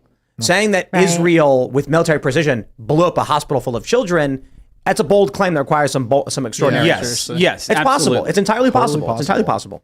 Yeah, I mean, this isn't like a Patriot battery firing. It's like, those things don't misfire, right? They go where they're guided to. I mean, but Hamas, like you're saying, it's a makeshift rocket. I mean, I think it's... Or it's Iranian, right? Or the Iranians did it. Yeah. Either way, the Israel is operating with, I think, the fourth strongest military in the world, they say. Yeah. I mean, this is cutting edge, this is bleeding edge weapons technology. There can be accidents, there can be mistakes. It just means the probability of the accident mistake is going to be on Hamas, not on Israel. That's right. And look, there was a statement put up by someone saying that they said Israel struck a hospital that was operating as a terror base or whatever, and then the person deleted the tweet. That doesn't mean anything to me. Right. I don't know, right? We don't know for sure. That's what's so weird is like any reality you want to be true will be true for you on the internet. You just got to find it, right? Everything you want to be true is true, which means then nothing is true. Yeah, you can always the product too of like the relativist approach to everything, where it doesn't matter what the perspective is, everything is equally valid, right? Which is essentially not just post-reality, but post-morality. Oh, for sure. Which we are definitely a post-moral culture. Yes. And even though these things may or may not be true, we are learning how people are reacting to what they think is true, which is also terrifying, because there's some people want these things to be true no matter what side it is. Well, and the crazy thing too is you have like so many people who are walking around carrying trans flags, being like, I'm pro-Hamas. And you're like, they would kill you. Yeah. They hate you as well as me. They don't hate you less because you say that falls in line you're pro-Hamas. with my fear that they are certainly a death cult. Yeah. Yeah, there's definitely a death cult going on. I think it's like they're the inversion of logic, right? And I'm not trying to be funny. I'm like how LGBT for Palestine? I mean, it's not releasing criminals and arresting victims. Right. In New York, if you defend yourself, you get arrested, and if you're a criminal, you get released. It's bizarro world. It's an inversion of what logic is. Because there's no more distinction between parody and reality. And there's no more distinction between there's no distinction between good or bad because both are equally valid depending on how you feel at the time. Exactly. So when people first saw Alex Stein doing his routine, I stand with Alex Stein, dude. I love it. But people on the right thought he was a real person from the left. It's hilarious. So there's no more distinction, which is funny, but it's insane. I feel bad for the Babylon Bee. They try. Yeah, but it's like they're more prophetic. Right. I mean, they can't do much at this point because you'll see one of their headlines and you're like, oh, but I just saw that in the Washington Post. Right. I know. It's the same it just headline. blends in. It's the same. Yeah, that's great. So they made not the bee. They made not the bee. Yeah, literally. Life has become so absurd. They have to make it's not satire, but it seems like sounds like it. Yeah. Yeah, and the Onion barely exists anymore. I know. Onion in forever. Rest in peace. Onion came true. I think we're laughing a bit too much. Let's get back to this. Oh, come on! You want to go back to the war? Come on. We got a story here from MiddleEastEye.net. Israel-Palestine war. Jordanians try to storm Israeli embassy after Gaza hospital attack. We have this tweet. Low Key Online. I'm not sure who Low Key is. Hosts a podcast on Mint Press News. Says the Israeli embassy in Jordan is on fire. And this was posted 3:19 p.m. Today, so several hours ago. But this has been ongoing. I don't know if we have... we have this video here from the Post-Millennial that I'll play for you guys. Just a short video showing what appears to be thousands, maybe tens of thousands of people outside the U.S. and Israeli embassies. And, of course, again, the reporting is that they've tried to storm the embassy. So, look, man, I don't see how we get out of this without at least widespread war in the region, whether it involves us or not. I feel like clearly is gonna. We are not just going to be dragged in. We're going to jump in, which is what we seem to be doing. Joe Biden's jumping in right now. Will Lindsey Graham be on ground? Lindsey Graham won't do anything. Lindsey Graham. I've been calling him the Anthony Fauci of war. Interesting. yeah. He's got his whole deal. That guy is crazy. I can understand if our interests are attacked and someone says we should defend our interests. Fine. I will argue we should not have interests in certain areas. And so my argument would be thus, we should not be involved for those reasons. If the president is attacked, it's a tough position. But for Lindsey Graham to come out and say, with or without evidence, the U.S. should bomb Iran is psychotic. That is psychotic. Bombing Iran would be a totally wacky thing to do. It's insane. He wants it. I mean, he's going to make people will make money off of war, and he's probably one of those people. He's like buying a bunch of stock in Raytheon and Lockheed Martin. And I would point out, just to be clear, and some people might not remember or know this, but there are tens of thousands of Palestinians living in Jordan, in refugee camps now for the last several decades. So there is a huge Palestinian presence in Jordan. So perhaps, and Jordan isn't accepting them into their society at large? Correct. Why are they not doing that? Well, they don't in Lebanon either. They're also in refugee camps there. Why is that? Yeah, why are they keeping these people in refugee camps? It's an interesting thing. Why are they doing that? Well, one of the main reasons might be because of I think is Hamas Sunni? Are they Sunni? Is that correct? Or yes. Shia? Yeah, no, they're Sunni. Hamas is Sunni, Hamas is and Sunni. Hezbollah is Shia. That's right. Hezbollah is Shia. So that's what maybe the issue with. I was going to say that may have been the issue of them being Shia going to a Sunni country. But if they're both Sunni and they both have the same alignment, I don't know if Jordan is Shia or Sunni. I know that area is where Jordan it's is Shia in the Sunni. center and Sunni everywhere else. Yeah, they're Sunni. Yeah, Jordan is Sunni, and Hezbollah is Shia. Right, that's correct. Yep. And that's what's interesting about Hezbollah and Hamas being friendly is because they're Sunni and Shia, and they disagree with the fundamental facts about their religion. But that's what I was wondering if that was why the people from Gaza were not being accepted. But that is. I don't really know anything else beyond that. But obviously they have a common enemy. So right, think about Bashar al-Assad, right? Yes, so he is an Alawite, and Alawites are an offshoot of Shia Islam. Right. They're not in direct alignment, the Alawites, with the Iranians, but the Iranians came in and supported them in that war, right? And so it's obviously relationship of convenience, and I mean they have a common enemy. Right. Yeah. We don't have a lot of Christian sects going around fighting each other ever since the British worked their thing out with the Catholic Irish. Yeah. We don't see a lot of interwar between Christian groups. Yeah. As an Irish Catholic, I don't know if that's completely worked out yet. Well, but, it's working out better than it is. Yes. No. It is working out a lot better. I have been giving that some thought though. When you think about it, so here in the U.S. we have we've seen all of these groups start protesting in favor of Hamas, essentially, on college campuses and in Dearborn, Michigan, and in a lot of city centers. We've seen that in Times Square. You see people out with keffiyehs and whatever. And they're all being supported. In a lot of cases, these are people who are being supported by not-for-profits in the U.S. So you have not-for-profits like CARE. What is it? The CAIR? CAIR. Yeah, they're supporting this stuff. They probably have an IRS tax designation making them a charity so that they can be funded. And all I could think of when I start thinking about this and where's this money coming from in the U.S. to fuel the protesters in the U.S. who are backing Hamas is the Catholic churches in the 1980s in the U.S. that would collect donations to repair the roofs of the churches in Ireland, aka going to the IRA. Rashida Tlaib has tweeted out apparently that Israel did bomb a Baptist hospital, killing 500 Palestinians, doctors, children, and patients, and then blames the president. Brian Krasenstein is criticizing her because it's not confirmed, but this is the point I was making. I mean, it's already out. Well, she's a congresswoman, so she must be right. She's a congresswoman. Yeah. She has America's best interest at heart, I'm sure. That's why she's got that Palestinian flag outside her office. Right. And the LGBT. She's got that one, too. Yeah. It's true. So now what's going to happen is the people who like her are going to say, it's true, she said so. That's it. End of story. Yep. It doesn't matter what the truth is. No, it's relative. Terrifying. And since you brought it up, the interesting thing, though, about Northern Ireland, and I'm not going to go down a rabbit hole on this, is that they did end up coming to, through the Good Friday agreements, some type of formal structure. Look, if the people of Northern Ireland now, through referendum, vote to rejoin the Republic of Ireland, that's what's going to happen, and the British government is going to recognize that. And they were able to come up with some type of political solution here. I have no... you're not going to get a political solution here. No. It's not going to happen. It's just not going to happen. This is scary stuff, man. I mean, if you're just on Twitter right now, if you're on X, there's a lot of videos flying around that are unconfirmed that are going to lead us into very serious conflict. There's one post, not confirmed, that a crowd in Turkey is trying to break into a military base, a U.S. military base, and that the U.S., they're saying the U.S. must respond and protect U.S. territory. I don't know if this is true. I see Majid Nawaz retweeted it from Jason J. Smart.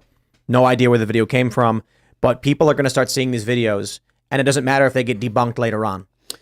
You know, people saw it, that's it. They're not going to look for the fact check. And the scary thing is, Tim, is that you have like a congresswoman who is feeding this social media frenzy, who could, if she wanted to, go get some classified briefing and actually understand, probably much better than all of us, what's actually happening, but she has no interest in that. She wants to fuel the propaganda out there. Blind support is better than support that has any knowledge of anything that's going on, because you can tell them exactly what you want them to know. You can you are the person who controls the information at that point. That's terrifying, man. Yeah, and she's got her flags out there in front of her office. I'm sure Hamas is just waiting for the day to raise the Palestinian and LGBTQ flag.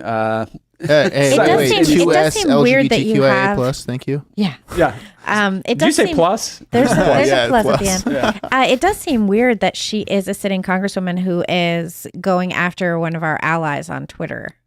That seems bizarre. Right. Yeah, well, she's an anti-Semite. She does hate Jews. She's like a classic Jew hater. That is true. Yes. Yeah. We have a number of them in Congress, it turns out. Look, guys, the left would come out and say everyone on the right is fascist, and that is clearly false, because you can't call Dave Smith a Trump supporter because he's critical of Trump. But they tried doing it when he was on Fox Business, I think, with Kennedy, and they were like, "You Trump supporters!" Like, I don't support Trump. What are you talking about?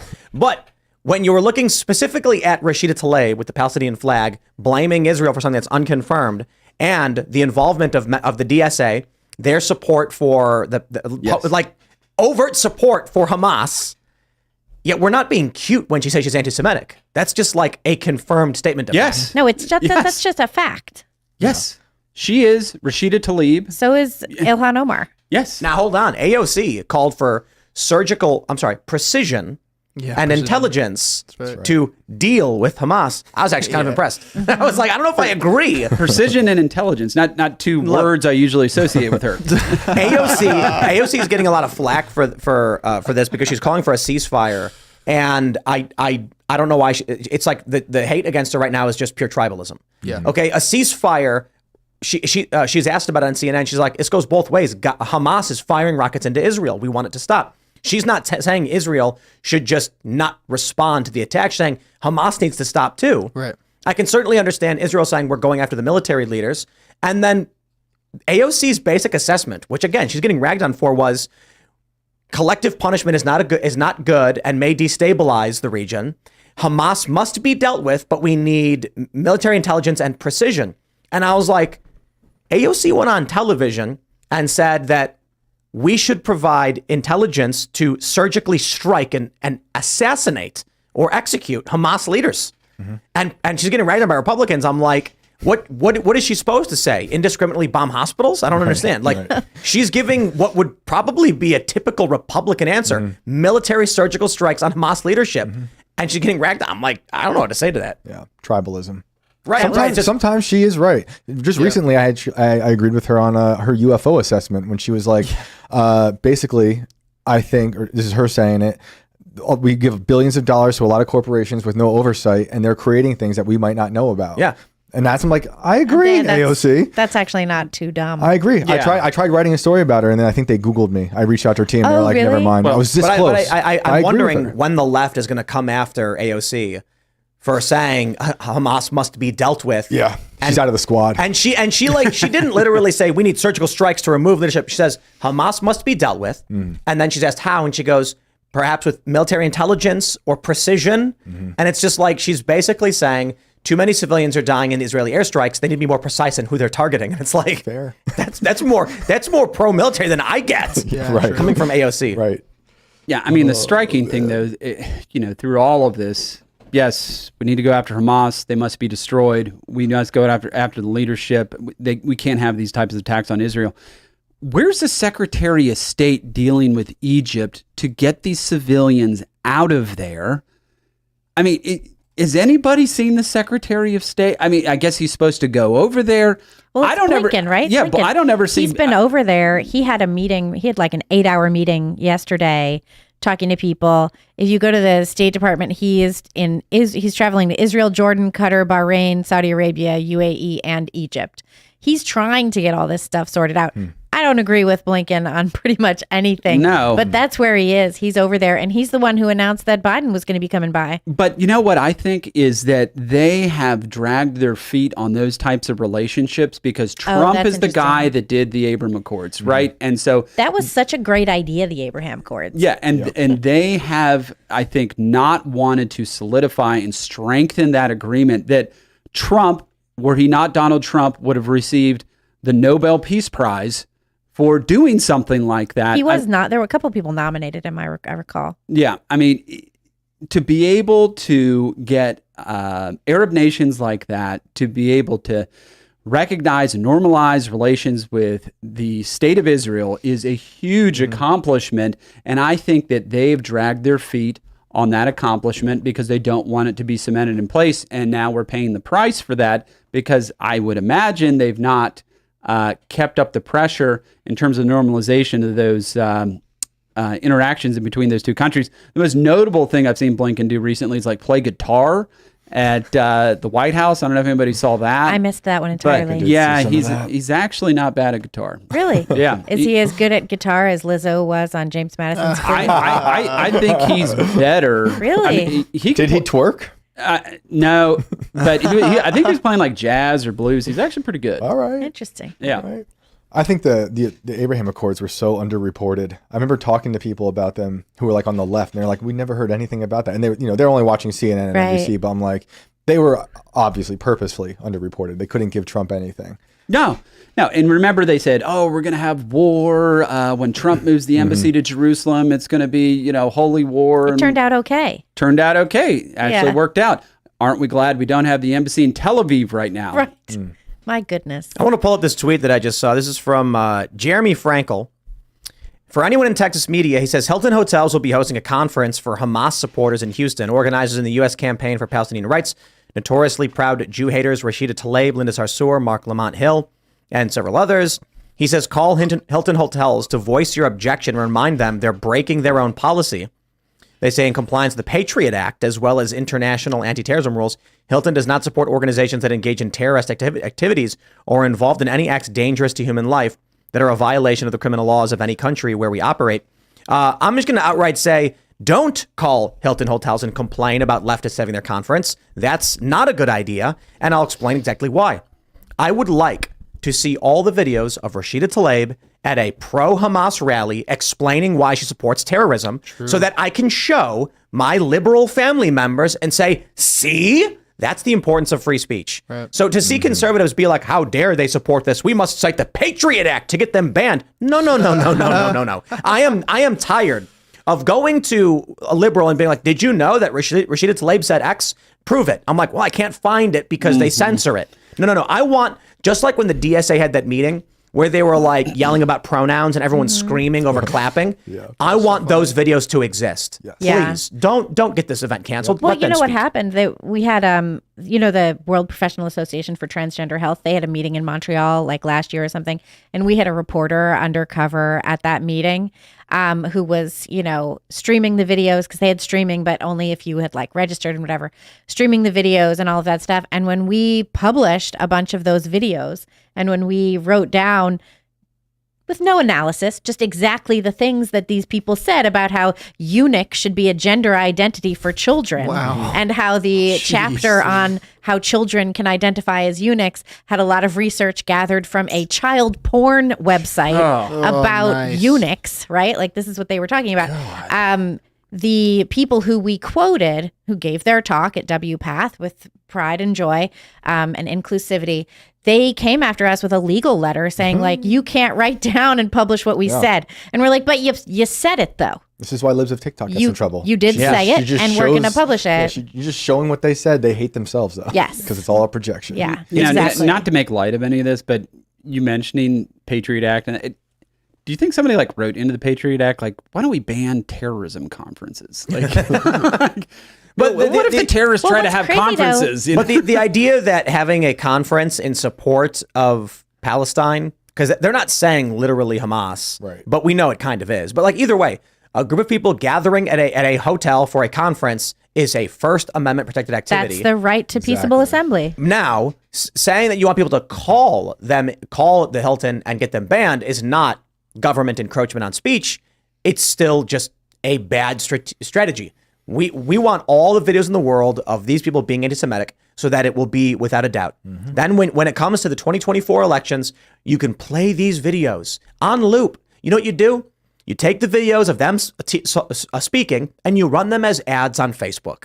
Then you're going to have your liberal aunt being like, what's this video of Rashida? Like, oh my, what? She's saying what? And you'll be like, oh, I didn't know she hated the Jews. Yeah. They'll say it was AI. It wasn't really her. But then fine, make that the battle. The point is, let them say it. Yep. Yeah, I mean, think about the classic case, right? Remember, there was this Nazi organization, ACLU, defended them so they could have their march down the street.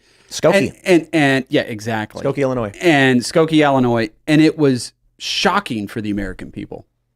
Shocking. And it's awful. But people saw that and were like, this is wrong. It's terrible. And they had an informed decision about their kind of moral judgment about these issues, which is good. That's a good thing. Yep. No idea should be suppressed. I want to hear everything. Yeah, I agree. And I think that the American people are smart enough to be discerning and figure things out for themselves. I hope so. Especially if maybe we get I'm having a hard time rid of the DOE. And, that would be nice. That would help things out maybe a little bit. Yeah. I agree, though. I don't think that we should be suppressing speech. I think that people should gather. They have the right to gather and do that. And the other thing, too, is as soon as you start taking away people's rights, as they're enshrined in the Bill of Rights, then they start coming for yours. We had a situation recently, Andy No, who's with Post Millennial, he was giving a speech, he was giving a talk in Richmond, and a bunch of activists didn't want him to speak because he exposes activists for, being pretty awful.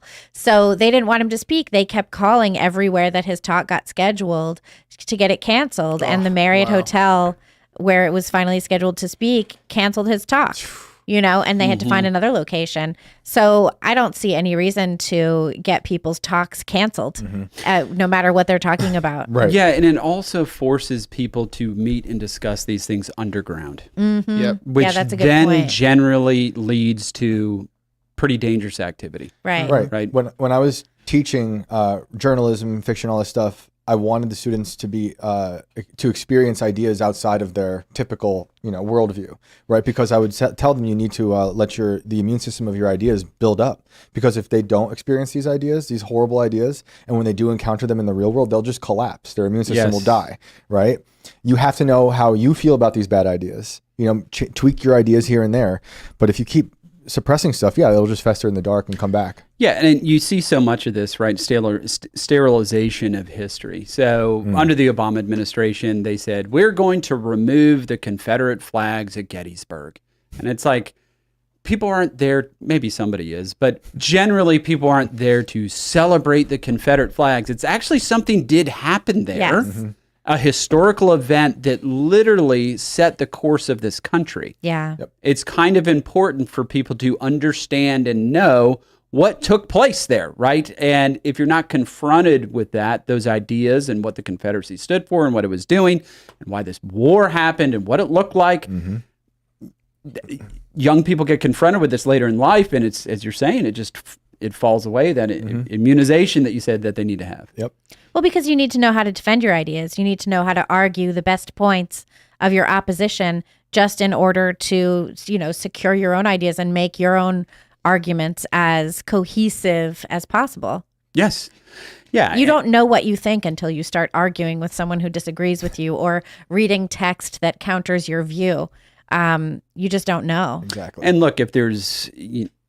For some people, the imagery of the Confederate flag, I'm sure, is highly offensive. Maybe it makes them feel terrible when they see it. It's not supposed to make you feel good, right? You're supposed to be confronted with these things so you know how to respond to it and form opinions about it and things like that. I mean, if you go down the rabbit hole of everything that offends me, then we have to take off the table, and everyone gets a vote on that, then what are you left with? Right. Not very much. No. Yep. No, history's been flattened. I grew up outside of West Point, the military academy. Yeah. And we have the shell of the atom bomb in the museum. And every summer we have like thousands of Japanese coming to visit the bomb, and they take pictures with it. And it's like they're going to witness something truly horrific, right? Right. And if you keep getting rid of these things, you won't feel it like the way you're talking about. When I walk battlefields and you like Antietam and you're like 20,000 guys died there, you feel like this crazy history of violence that happened there. And that's, pretty much everywhere in this country. It'd be like if you went to Normandy. Obviously, Germans died there. There is a section for them. My grandfather fought in World War II. He got shot in the face in Germany. And I'm sure and I know there are gravestones that have swastikas on them. Right. Yeah. Now, I think we need to see that. Yeah. We need to know that happened, right? It's not that I don't support the swastika. Right. But this is a horrific thing that happened in human history, and for us to be able to confront it and learn from it. Yeah, that's the thing that I think is like lost upon the younger generation, is that like and even my generation, the millennials, is kind of where it started. But you have to understand history to understand history. You have to know where you came from. Otherwise, you're gonna make the same mistakes. Like that common adage goes: if you don't remember history, you don't know history, you're doomed to make their mistakes. Or like it's just a thing that everyone, I think, should know. But I'm shocked at how people actually know that. You have to go and see these things. It's not comfortable. Sure, all these things in history are not comfortable, and if you want to talk about them, then you have to be willing to face it. You know what I mean? You can't just run away from everything and hide it and say, "Oh, this doesn't make me feel good." Too bad. Not everything makes you feel good. That's why a lot of people have like a very black and white view of history too. Yeah, like you look at the Civil War. It's a lot of gray area. You may understand Sherman as the hero for the total war, but if you really look at what Sherman did, there's a lot of crazy things he did. Pretty bad stuff. I consider him our first atom bomb. The way he went down and like destroyed everything. And there were soldiers under him who massacred freed slaves because they were upset they were following them while they were doing the trail, the March of the Sea. Right. Yeah. So nothing's easy. But you got to understand that nothing's easy. It can't just be flattened and condensed into this very simple history that's going to make you feel better. And that's a great point, is that it's not black and white. It's complex, right? And human interaction, is particularly war, it is complex. And there's lots of different interest motivations and all these other things that happen, terrible things on both sides, right? I mean, and I'm quoting the guy, McNamara, who happened to be involved with the firebombing with LeMay in Japan. He said, had we lost, we would have been deemed, and we were acting as war criminals. Yeah, true. And that's McNamara saying that, right? But it was a total war. Right? Yep. They were trying to inflict total war on us, and we inflicted total war on them. And then same for Sherman. Yes. He said war is hell. And people, the idea of hell has been watered down, but legit hell. I saw a good quote. It said, war is not hell. War is war, and hell is hell. Because in hell, everyone who's there is guilty. Everyone there deserves it. Yeah. And in war, everyone there is innocent. Yeah, exactly. Fair. Yeah. That is fair. So war is worse than hell in a lot of ways. Let's tell Sherman that. Let's dig up William Tecumseh. I mean, Sherman was kind of a bad guy. Oh, he was a miserable man. He didn't like black people. He wanted to destroy the South. I mean, he fetishized violence. Mercilessly. Yeah. Merciless. Oh, it was brutal. Yeah, that's great. So I just looked it up. I think even the Post-Millennial has it. Yeah, they set fire to the U.S. Embassy in Beirut. Yeah. The U.S. Embassy. U.S. Embassy. Numerous tweets saying the U.S. Embassy's been fire in Iraq. They're outside the U.S. Embassy chanting "America's the greatest evil." The Post-Millennial tweeting Hezbollah supporters set fire outside U.S. Embassy in Beirut. I've seen some tweets that they've pulled the U.S. flag down and replaced with the Palestinian flag. A lot of this is hard to confirm. I'm just seeing a lot of it. I mean, there's a video of... It's all breaking right now. Yeah, this is all breaking it's right now. Oh, my God. When I got in the plane... Yeah, I'm getting like phone calls from one of my writers being like, what's up? I'm like, I could talk to you soon. God, I hope they get our people out of there. Oh, for sure. I'm praying they get our folks out of there. Out of the embassy. Out of the embassy. Well, why do you think they haven't evacuated them so far?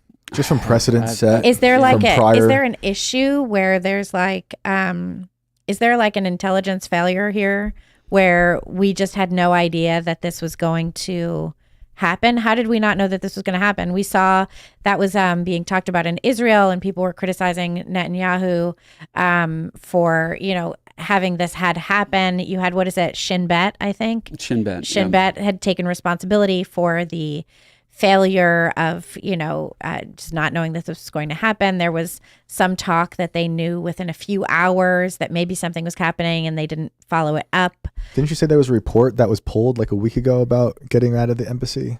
Yeah. So it must have been last week. Time has no meaning. Right. Yeah. But it must have been last week. And I was looking at reporting, and you saw on Twitter, there were like maps of like, Hezbollah shooting lots of rockets into northern Israel. A lot of people were posting this map. A lot of people whose reporting I usually am like, oh, well, if they have it, I'm going to start there and then dig from there. And it turned out to be fake. I went to the AP and I was like, okay, the AP has it. Maybe we can run a story about how this is happening.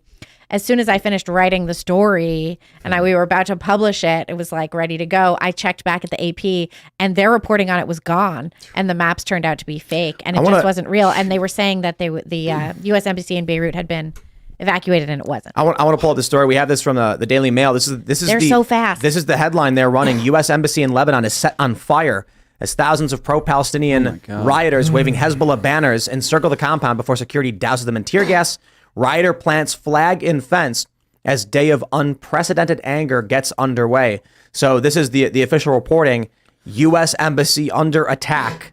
I certainly hope they get our people out of here. I mean, I don't know what Biden thinks he's going to accomplish going into the region right now at this degree of escalation. Yeah. But I certainly hope that our presence there gets our people out of these embassies, and maybe it's time we just say, see you later. Well, and to Libby's point, though, in terms of the intelligence, I mean, look at the open source intelligence here.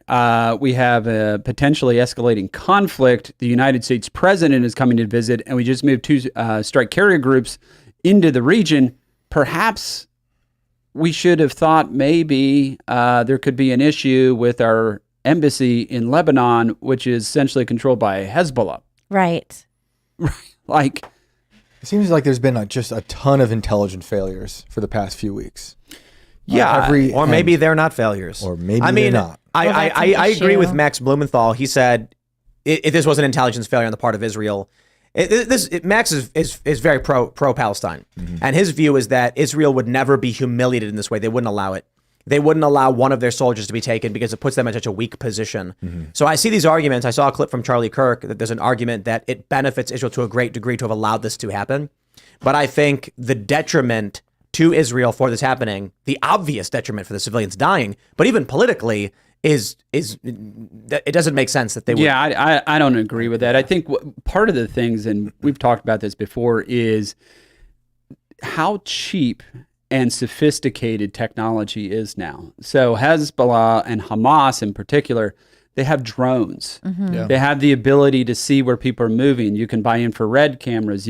So they've been tracking, and there was an article out there about they knew exactly where one of these Israeli intelligence centers was just right over the border. They were supposed to be monitoring this kind of activity and took them out immediately. And they knew when those guys were coming, when they were going, because they've been using drones and things of that nature to be able to to track that type of thing. And that's where, you're always talking about this qualitative military edge, qualitative. At some point, quantitative does become qualitative, and where you're able to have a lot of assets. And this is where the Iranians swarm technology, or swarm tactics rather, around U.S. naval vessels and things like that are so dangerous. Sure, look, we got an aircraft carrier. What are you going to do if you got 20,000 boats coming at it? Are you going to shoot them all? Well, it's like piranhas. Yeah. They're little and yappy. Mm-hmm. They'll kill you. You start to think, too, about how the Americans won in the revolution. I know we had like French support and all of that stuff, but we also kind of invented guerrilla warfare a little bit. Yes. Yes. That's a big deal. Yes. So if you have, and the difference too is that American soldiers are not ideologically driven here, but we're fighting an ideological enemy that believes fully that the best thing that they can do is die as martyrs to their cause. Right. They teach their children that. I mean, there were TV shows like, I forget what it was called. I know I have it on here somewhere in one of these 5,000 tabs I have open, but there were TV shows that were running in like 2007 to 2014 in Gaza and the West Bank that were produced in the West Bank at TV studios, and it was like cartoon, like a sort of Mickey Mouse type of character. I've seen it. Yeah, and it was teaching them that being jihadis was their best option for life. Yep. The extremism of this Islamist ideology and the way that it really changed, I think, when the terrorists started pushing it fully. Well, it's Wahhabism. It's really, I mean, it's really destructive. Obviously, it's really destructive, but how do you fight someone that wants to die? Exactly. Right. Well, and, that ideology you mentioned, to bring that full circle back to what we were talking about just a moment ago, there's people on colleges' campuses chanting from the river to the sea. That's so terrifying. From the river to the sea. What does that mean? That means the annihilation of the Jewish state of Israel. Mm-hmm. That means the annihilation of the Jews in that land. Yeah. That's what that means, from the river to the sea. Yes, it does. And so that's why you ask any leftist, they're not going to give you a straight answer. What would happen if the security fencing around Gaza was removed? And Israel said, everyone here, you can just go do whatever you want. Even the left knows. The right will say it explicitly. Oh, yeah, they'll go and start killing citizens and civilians. Right. They'll call them settlers. Yep. The left will just hem and haw and deflect because they know what the answer is. Yep. And I think the reason why you get this answer from leftists, which is they'll try and dodge it, they can't publicly say, oh, we know what will happen, and then gloat in their calling for what would eventually be civilian deaths. They also know that they publicly state that Hamas should not do it. The leftists are going to attack them saying, you think they should bow down to settlers, blah, blah, blah. The left really has, they know most people oppose what they're proposing, and they know the left would take issue if they reject what the left is proposing. Right. So they can't answer the question honestly. Yeah. It's terrifying. Just thinking about the guerrilla warfare stuff too, is like, it made me think of Vietnam. Sure. And it was so bad with the guerrilla warfare over there that we had to seed the clouds to try to start water, like rain to fall to destroy their pathways to fight them. Fighting that kind of stuff is impossible. The craziest thing that the psyops of Vietnam, my one of my favorite military concepts, when they would put speakers in the jungle, playing the sound of a wailing Vietnamese soldier saying, why did I fight? Why didn't I go home to be with my family? I'm trapped forever. Flee while you can. Don't be trapped like me. Because the superstition among the Vietnamese was that if you weren't given a proper burial, you were doomed to wander the earth. So they would play these spooky ghost sounds that were so effective, the South Vietnamese would flee as well. Yeah, so they had to stop doing it. But in that regard, that's old school. That's 50 some odd years ago. The psychological operations we're going to see now are going to be all social media based. Right, and they've been happening for some time. Yep. Yeah. So I mean, look, these videos we're watching, we are at the point. It could be now that these videos are AI generated. Yeah. Yes. And we're like, wow, look at this atrocity in the photos and everything. We had the argument over whether the photo was AI generated already. This is a horror show. Yeah. I mean, the United States can put out videos of anything they want using AI. Yep. And what are you going to do? Every journalist just agrees with it, and then there's no journalism anymore. Yeah. How are you? Well, we're in that. That is a tough spot. It's like that Evelyn Waugh novel Scoop, where journalists just show up to the war zone, and the one guy shows up to the war zone and he's like, "Where's the war?" And everyone's like, "Shh, there isn't really one." Oh, wow. Just chill. Well, I remember this was a big, there was a big social media troll campaign several years ago where people were taking old photos of like military convoys and then tweeting that, "I can't believe this is happening." And they were saying something in like Ohio. I can't remember which state it was. And then I'm on Twitter and I'm seeing all these posts where they're like, "Dude, it's happening now." Everyone was in on it. It was a game, but a lot of people didn't understand and thought it was real. Mm-hmm. You see a video of like a tank driving down the street. Then you see like police pushing people back, and everyone was claiming that all these things were one incident that happened when it was just random videos. Stuff, put together. Maximum absurdity with unbridled horror on the internet. And that is what is driving me insane, being on Twitter every time I open it up, because I see, something has been confirmed, then that immediately that thing has been canceled out.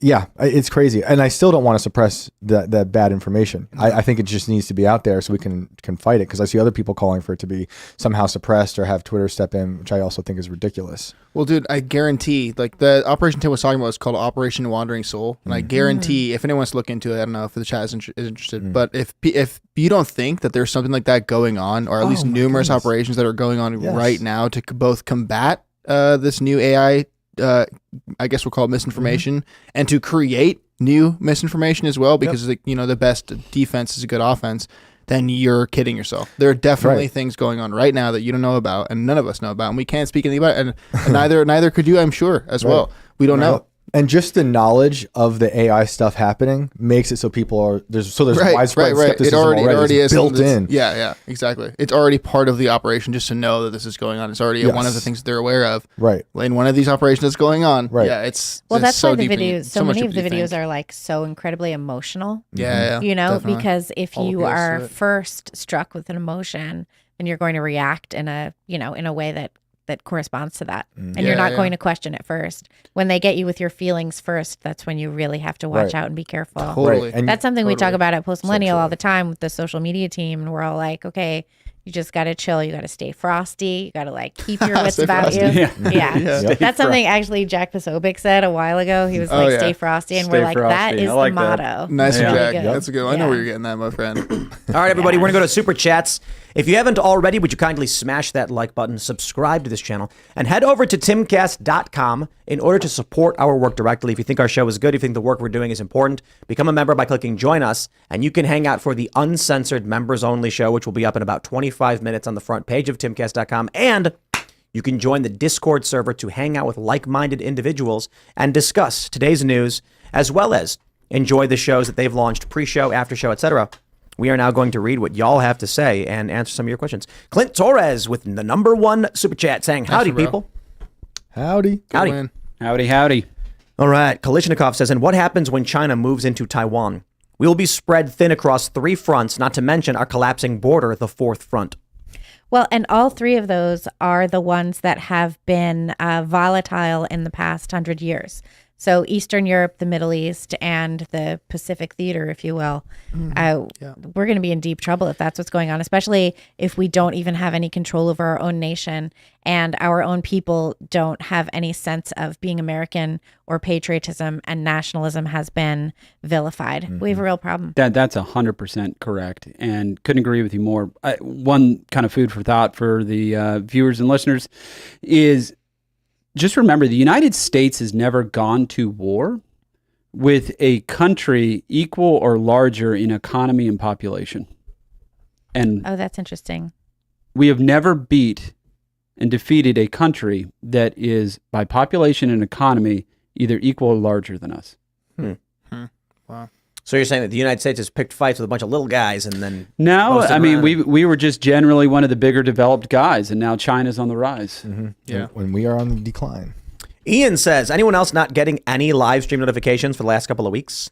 You're not the only one. Yeah, you're not. I also have it on my phone, and I got no notification today, so I hear you. It's funny when my family members are like, why didn't I get the notification? I click it every day. Yeah. Like for people who watch every day. Well, look, the only reason this show works, 2 reasons. 1, people choose to come and watch it. YouTube suppresses us. I just no question about it. Yeah. I mean, people will be like, the stream doesn't even appear on the YouTube channel itself. Yeah. And they'll only find it through like someone else sharing it or someone posting the link. So I think the main reason this show exists is because y'all have decided it should and have shared it, or become members at timcast.com. But I think if we were, so a few years ago, I was just strictly on YouTube making videos, and then being like, well, I hope, YouTube puts my video out or whatever. And then after a while, I realized like certain videos were no question suppressed. It was crazy. Yeah. If I got like 200K views on like one of my main videos at 4 p.m., one day I'd talk about war or whatever, and it would get 30,000. I'd be like, okay, that is clearly not right. And because I'd get messages from people being like, I can't find it, because people were looking for it. That's how, so I think we're fortunate enough that we have word of mouth and people share the show. Yeah, likewise. What do we got? Scrody Johnson says, what if the deep state is sending Joe over knowing something bad will happen in order to escalate the conflict? That's the conspiratorial fear. Yeah. But either way, you don't need a conspiracy for it. The issue is there is a great risk to Joe Biden. If something happens, it will escalate the conflict. So it doesn't matter if anyone's wanting to do it. It's happening. Like the motives behind it are irrelevant. Biden is going there. He could get hurt. We could get drawn into World War III. Please, just no. For Brit says, I heard Disney is trying to meet with Paramount to try and stop the South Park episode coming out because it is a threat to their business model. Can't wait to watch it. I don't know. That sounds kind of weird. I can say that I checked out the season premiere of Rick and Morty without Justin Roiland. Okay, so for those that don't understand, Rick and Morty, I think it debuted as like a top IMDb 100 show, meaning like it was shockingly popular among a lot of people. Justin Roiland does the voice of Rick and Morty, as well as many others like Mr. Poopy Butthole. Yeah. They fired him after he was falsely clip that. It's all just potty humor, but he was falsely accused. He was I believe it's fair to say exonerated. Yeah. And finally, but he was fired from all of his voice acting roles. I don't know all of them, but many of them, these big network roles. They launched the new season without him, and it was the cringiest thing ever. There's like in the opening scene, Morty says one thing and then just gets up and leaves the room. Like, dude, he's a titular character. Right. He's in the intro, and then the mom, voiced by someone else, is like, Morty, can you go do the dishes or something like that? He's like, he just gets up and walks out without saying anything. And I'm like, get out of here. And then it's just like the person voicing Rick does not do a good job. I'm sorry. Like, you can't. It's obvious. Yeah. And so the whole episode is like other characters. Yeah. And Rick barely talks. And I'm like, dude, cancel the show. Right. You fired the magic behind it. You're done. Dude, it's like Seth MacFarlane not doing the voices for any of his shows anymore. Yeah. You'd lose a large portion of the people on the show that he voices as well. And you wonder why it doesn't feel the same. That's why. Imagine if you're trying to watch Family Guy and it was Seamus Coughlin voicing Peter. Everyone just instantly understands how awful that would be. I mean, could you imagine? Somewhere Seamus is like squeezing his fist and like punching a pillow. Looking at all his spoons. Seamus, come back. Well, Seamus will be back soon. Yeah. He just abandoned us, so we make fun of him for it. All right. He deserves it. But yeah, anyway, that was my opportunity to rag on how awful Rick and Morty was. Oh, man. Yeah, man. I watched a little bit of it. I don't want to watch the rest of it because it's just now, it's not Justin Roiland, it's what's his name? The guy who writes the show. I can't remember his name. But the other guy that writes the show, I can't remember the name. Dan Harmon? Dan Harmon, yeah. It's basically like his show now and it's his narrative completely. It was just bad. Else. Yeah, exactly. It was, I don't even. Roiland made the show. It was just hilarious that Morty, the show's called Rick and Morty, and Morty just like in the opening has like a half a sentence and then gets up and leaves. Yeah, right. Yeah. I'm like, okay, we understand what's happening here. Right. That happens a lot when they pull like somebody good from a show. Like they pulled TJ Miller off Silicon Valley and it became unwatchable. Yeah, oh, that's true. Right. Yeah. He got accused too. Yeah, he got accused of something stupid. And it's so like dumb. He was the funniest character on the show. The way that everyone interacted with him was what made that show really funny. I wonder if we can make a show called like Nick and Shorty. Shorty. Perfect. Yeah, Nick and Shorty. And I'll see if Justin Roiland will. That would be incredible. That'd be incredible. And get TJ Miller on there. Yeah. And TJ Miller. That'd be really fun. Yes. And Adrian Curry says Roseanne. Would be great. Oh, yes. Oh, and get Adrian Curry on it too.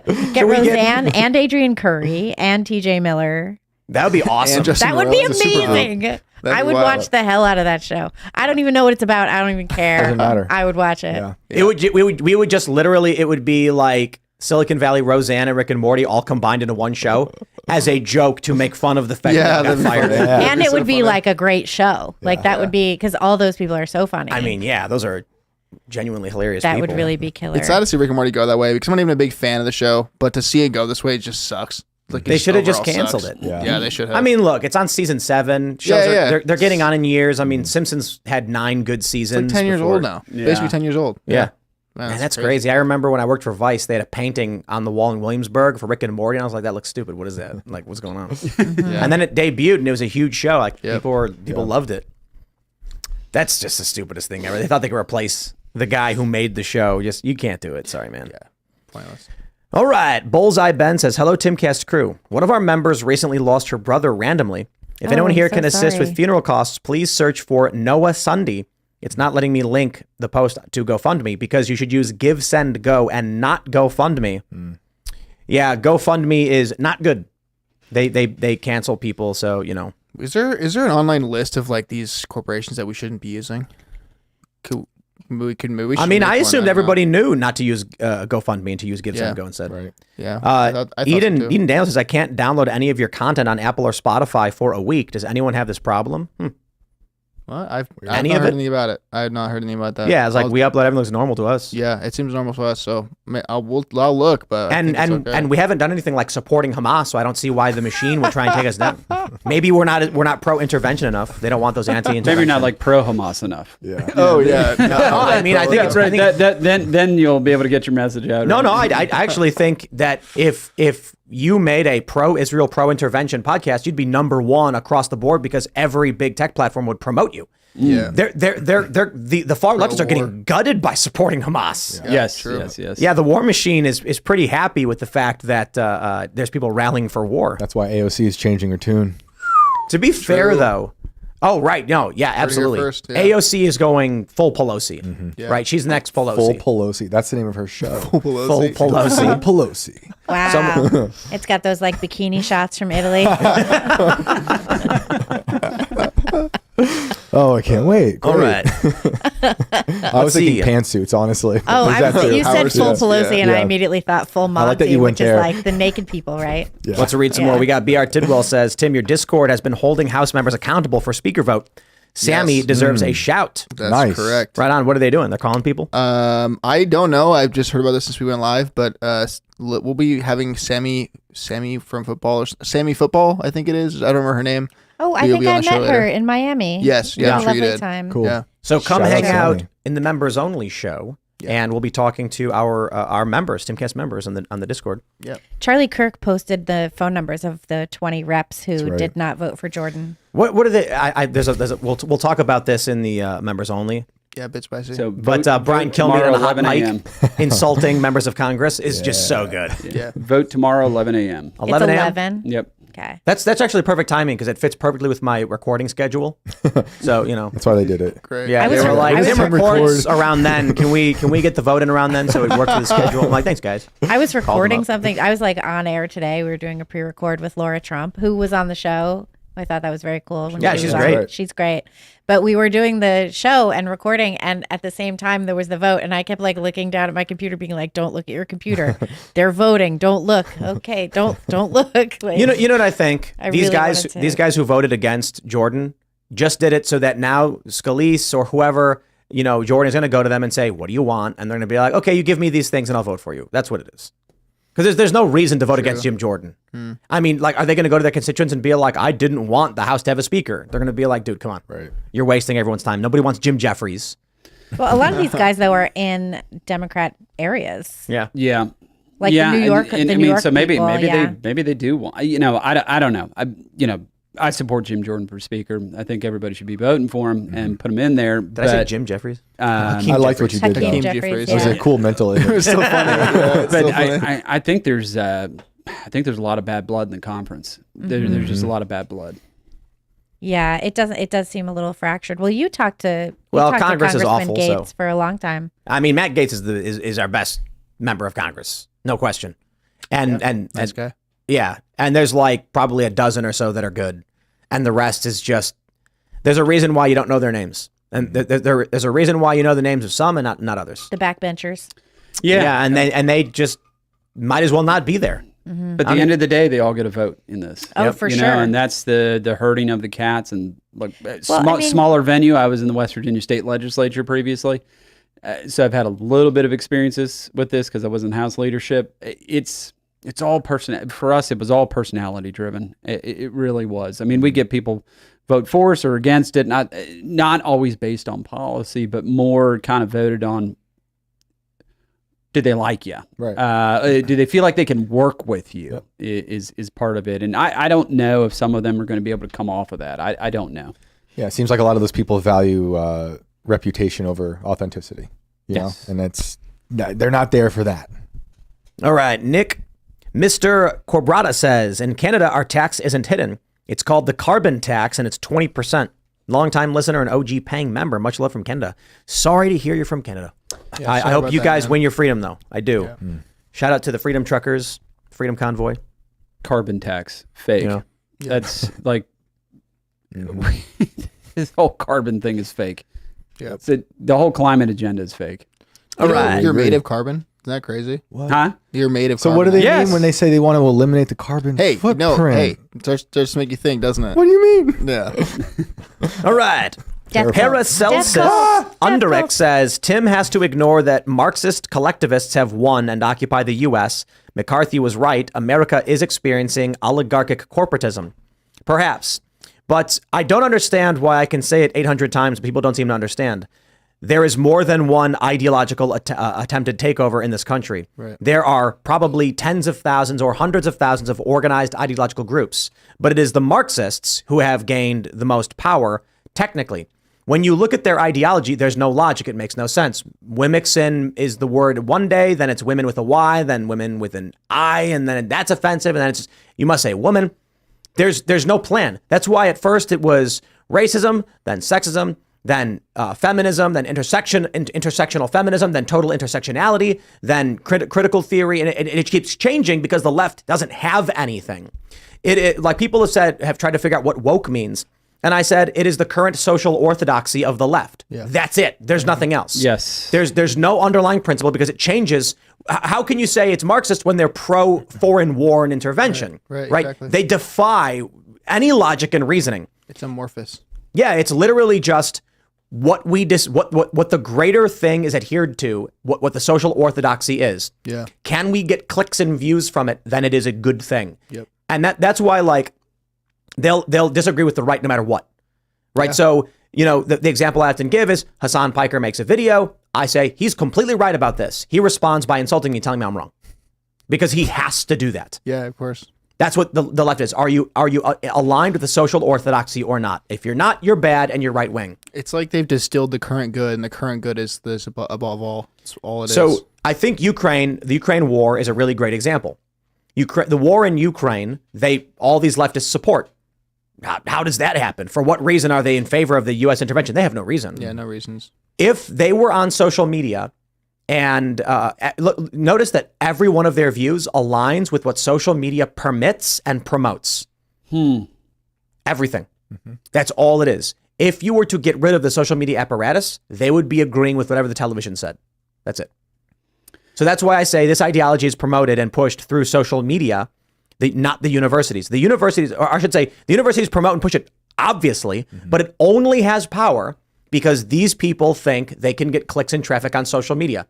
If the big tech companies banned these people, they would change their tune in 2 seconds, which is why AOC is now saying we need surgical strikes on Hamas because she knows what butters her bread. And she's watching all the people saying look, all these people who are pro-Palestine now supporting Hamas and they're getting canceled. The Harvard students who wrote the letter being like, please, no, we made a mistake about this. Social media told them Black Lives Matter is the winner, support them. So they did. Mm-hmm. But oopsie, they were wrong. Mm-hmm. The power structure said, no, not this time. AOC changes her tune and all of a sudden she's like, well, we have to stop Gaza. They're firing rockets too and Hamas must be dealt with. Wow. Major departure from the democratic socialists of America who have outright promoted and supported Hamas as resistance freedom fighters and cheered in the streets of New York for bombing civilians. Not an exaggeration. No, it's when the woman said they fired rockets on Tel Aviv, they all cheered and screamed. Yes. And AOC has inverted her position. Why? Because she knows who butters her bread. Mm-hmm. The machine, you can't support this. And the people who are losing their jobs. And like there's a doctor in New York got fired for cheering for this. She went on social media and she cheered for Hamas. She got fired. Mm-hmm. Watch them change their tune overnight. And now they're going to say, I always did wonder about BLM. Whatever social media tells them to support, they will. Well, that happened to a Air Canada pilot. Got suspended for being pro Hamas as well. They thought they were doing the right thing. Yeah, they thought they were doing the right thing by hating Jews. That's right. Don't they always think that? Was it a tweet? Was it a pilot, tweet? Was he on the intercom? No, there were photographs of him at like rallies with very detailed signs about how much he hates Israel. Wow. Well, in the way the left is organized themselves, you have to remember is through the Cold War, it was very easy and binary, right? Because the socialists, the left, it was class war, right? Mm-hmm. That was the identifier. That was how they, the proletariat and blah, blah, blah, blah, bourgeoisie. That's how they organized themselves. After the collapse of the Soviet Union and the end of the Cold War, this is where we saw the rise of identity politics. How do you get more power? You create more identities, right? And this is why we see this fractious numbers of groups that they're trying to wrap their arms around as it relates to some type of grievance group that they brought into the fold. But how does it give you more power? How does having more identities? It's because there is a machine that will share your posts with more people if you have more keywords. Mm-hmm. Yes. So look these Vice articles up. The hilarious one. I'll try and find it for the uncensored, where it's like black trans women of color fighting police brutality exemplify Black Lives Matter perfectly, and it's like, wow, they really crammed everything into one headline there. And it's so you make an article that says racism is bad, you'll get X views. Sexism is bad, Y views. It's not X plus Y if you combine them, it's X times Y. It's exponential. Because what happens with the social media algorithms is the more hits you get, then they exponentially increase how much they share your content. Mm-hmm. The algorithm on YouTube used to function like this, or I believe YouTube functioned like this. If in the first 10 minutes your video goes out, it hits more than 10% of your subscribers and they click it, then YouTube will amplify it 100-fold because they're like, we got a hot one here, push this one out. They desperately want to make sure that hot content, kind of that people want to watch, gets the most traffic and makes the most money. And content that is bad gets pushed away so that viewers stay on the platform and watch something else. So if you combine all the keywords, you are going to hit a wider swath of users. You're going to get more hits in the first 10 minutes, and the algorithm will promote you exponentially further than if you just chose one. So of course, if you said, I like Trump, yeah, you get 1,000 views. But if you put Donald Trump is racist, sexist, anti-gay, Donald Trump, go away. Well, now you got Trump 3 times. You got all these other buzzwords. Boom, you're getting promoted like crazy. Right. All right, we got this from Gabriel Lopez. He says, can Hamas rockets even demolish entire buildings? If they can, why aren't Israeli buildings demolished? Iron Dome only captures 90%. Some pass through, do damage, but nowhere near demolition level. On the other side, half of Gaza is demolished exactly like the hospital. The first question is, was the hospital demolished entirely? I don't think that was the case, but was it? Don't know. No, I don't think so. Yeah, I don't think it was demolished entirely. Yeah. It may have been. And that being said, it may have been Israel. Yeah. It may have been a strike from Israel that was targeting terrorists that were using the hospital, or they made a mistake. Who knows? It seems, based on the evidence I've seen so far, my preliminary assessment is it is more likely a Hamas rocket misfire than Israel blowing up a hospital. Yeah. And that's what I believe. But obviously there's information trying to counter that narrative, but that is just by what I saw, what I've seen, that's what I believe. It seems to be the simpler solution. Hamas fired a rocket. These are makeshift improvised devices. They are powerful, and it caused tremendous damage to a hospital. It could have been a lot of things, but maybe the videos aren't real. We just don't know definitively. But I feel like it's too cartoonishly villainy to be like, Israel blew up a hospital full of children. It's like, okay, look, like I understand there's a lot of serious airstrikes that are hitting civilian areas. But the narrative Israel pushes out, whether true or false, doesn't matter. The statements they make is limit civilian casualties. The statements made by Hamas, videos of them parading around the children they've captured and the families they've killed. Exactly. Like, I'm sorry, dude. Exactly. I'm not giving Hamas the benefit of the doubt on this one. No. I can't do it. Plus, what we've seen, it just leans in that direction. But I'm not claiming I know definitively and Israel is completely innocent when it comes to collateral damage or it's war. What do you expect? But this idea that you're going to trust Hamas After they put out a video of them with the children of the families they've kidnapped. Mm-hmm. And they've been publicly executing people. Yeah. Hostages. There's videos of them killing civilians who are just driving their car, like pulling up to a kibbutz, and they just walk up to the car and just kill the drivers. Yeah. Yes. I mean, this is, come on. Yeah. At the very least, Israel's like, hey, we're trying to limit civilian casualties. And it's like, okay, well, I don't completely believe you're doing an effective job at it. Mm-hmm. Maybe AOC is right. We need more precision and intelligence in the issue. But at the very least, they're saying it. I don't know what else to do. That's what we did with Iraq. Remember the one Patriot missile? Yeah. Mm-hmm. Going down the building. Remember that? Mm-mm. What was that? In the Iraq War. Remember? You don't remember nope. this? You're older than me. I'm way older than you. But so George Bush launched this Iraq war, and we kept seeing, I remember because my stepmother was obsessed with watching it on CNN, which at the time was your basic news is what it seemed like. Yeah. But they played, 24-hour coverage, and it was just, you kept seeing this one Patriot missile like almost going down a chimney and blowing stuff up. It was really fascinating. So here's Anwar Abu Baker says, Israel said they did it, Tim. I have the tweet from Israel. You are lying. No, I didn't. I mentioned during the show that there was a guy who tweeted they did it and then deleted the tweet, which doesn't mean anything. It could be that you just instantly believe he's the bad guy because you're biased.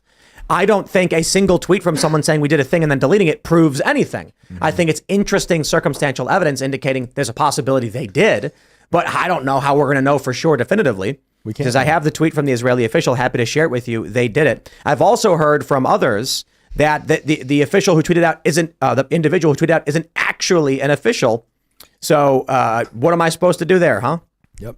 There were reports that Israel said they were going to have to target hospitals. Then there were reports that Hamas said they were going to use their biggest rocket right before this. Right. It's impossible to know anything. You cannot be emotionally attached to any bit of news the second it comes out. No. That's dangerous. You have to be very careful. Mm-hmm. I'm going to pull up this real quick. I looked up the thing you were talking about in Vice. Yeah. It's literally like a dozen articles. Yeah. The guy who tweeted this doesn't appear. The guy who tweeted this out that got deleted is not an official with the government.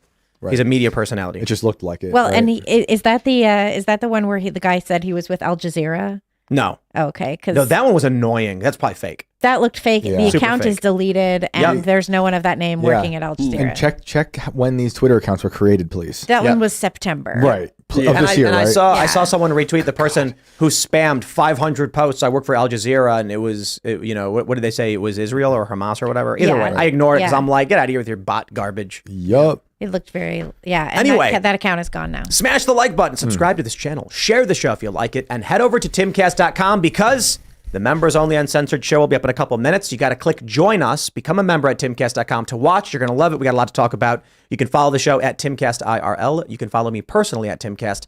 Riley, do you want to shout anything out? Yeah, you can follow me at Riley Moore WV. That's Facebook, Twitter, Instagram, and website moreforwv.com if you want to check out my congressional race. Sweet. I'm Shane Cashman everywhere online except for TikTok because they banned me from my videos with Alex Jones. The second they heard Alex's voice, they were nuked my account. I don't even care. I hate TikTok. Lame. But Shane Cashman everywhere, and you can find all my stories at timcast.com. I'm Libby Emmons. You can find me at Libby Emmons on Twitter. I am dead naming for now and for always. Yes. And you can check out everything we do at thepostmillennial.com and humanevents.com. And if you want to be a subscriber, we would love it. thepostmillennial.com/subscribe. And I am Serge.com, and I am rooting for the Bucks, and you should be too. We play against England, and we can beat them again, guys. Cheers. All right, everybody. We will see you over at timcast.com in a couple minutes. Thanks for hanging out.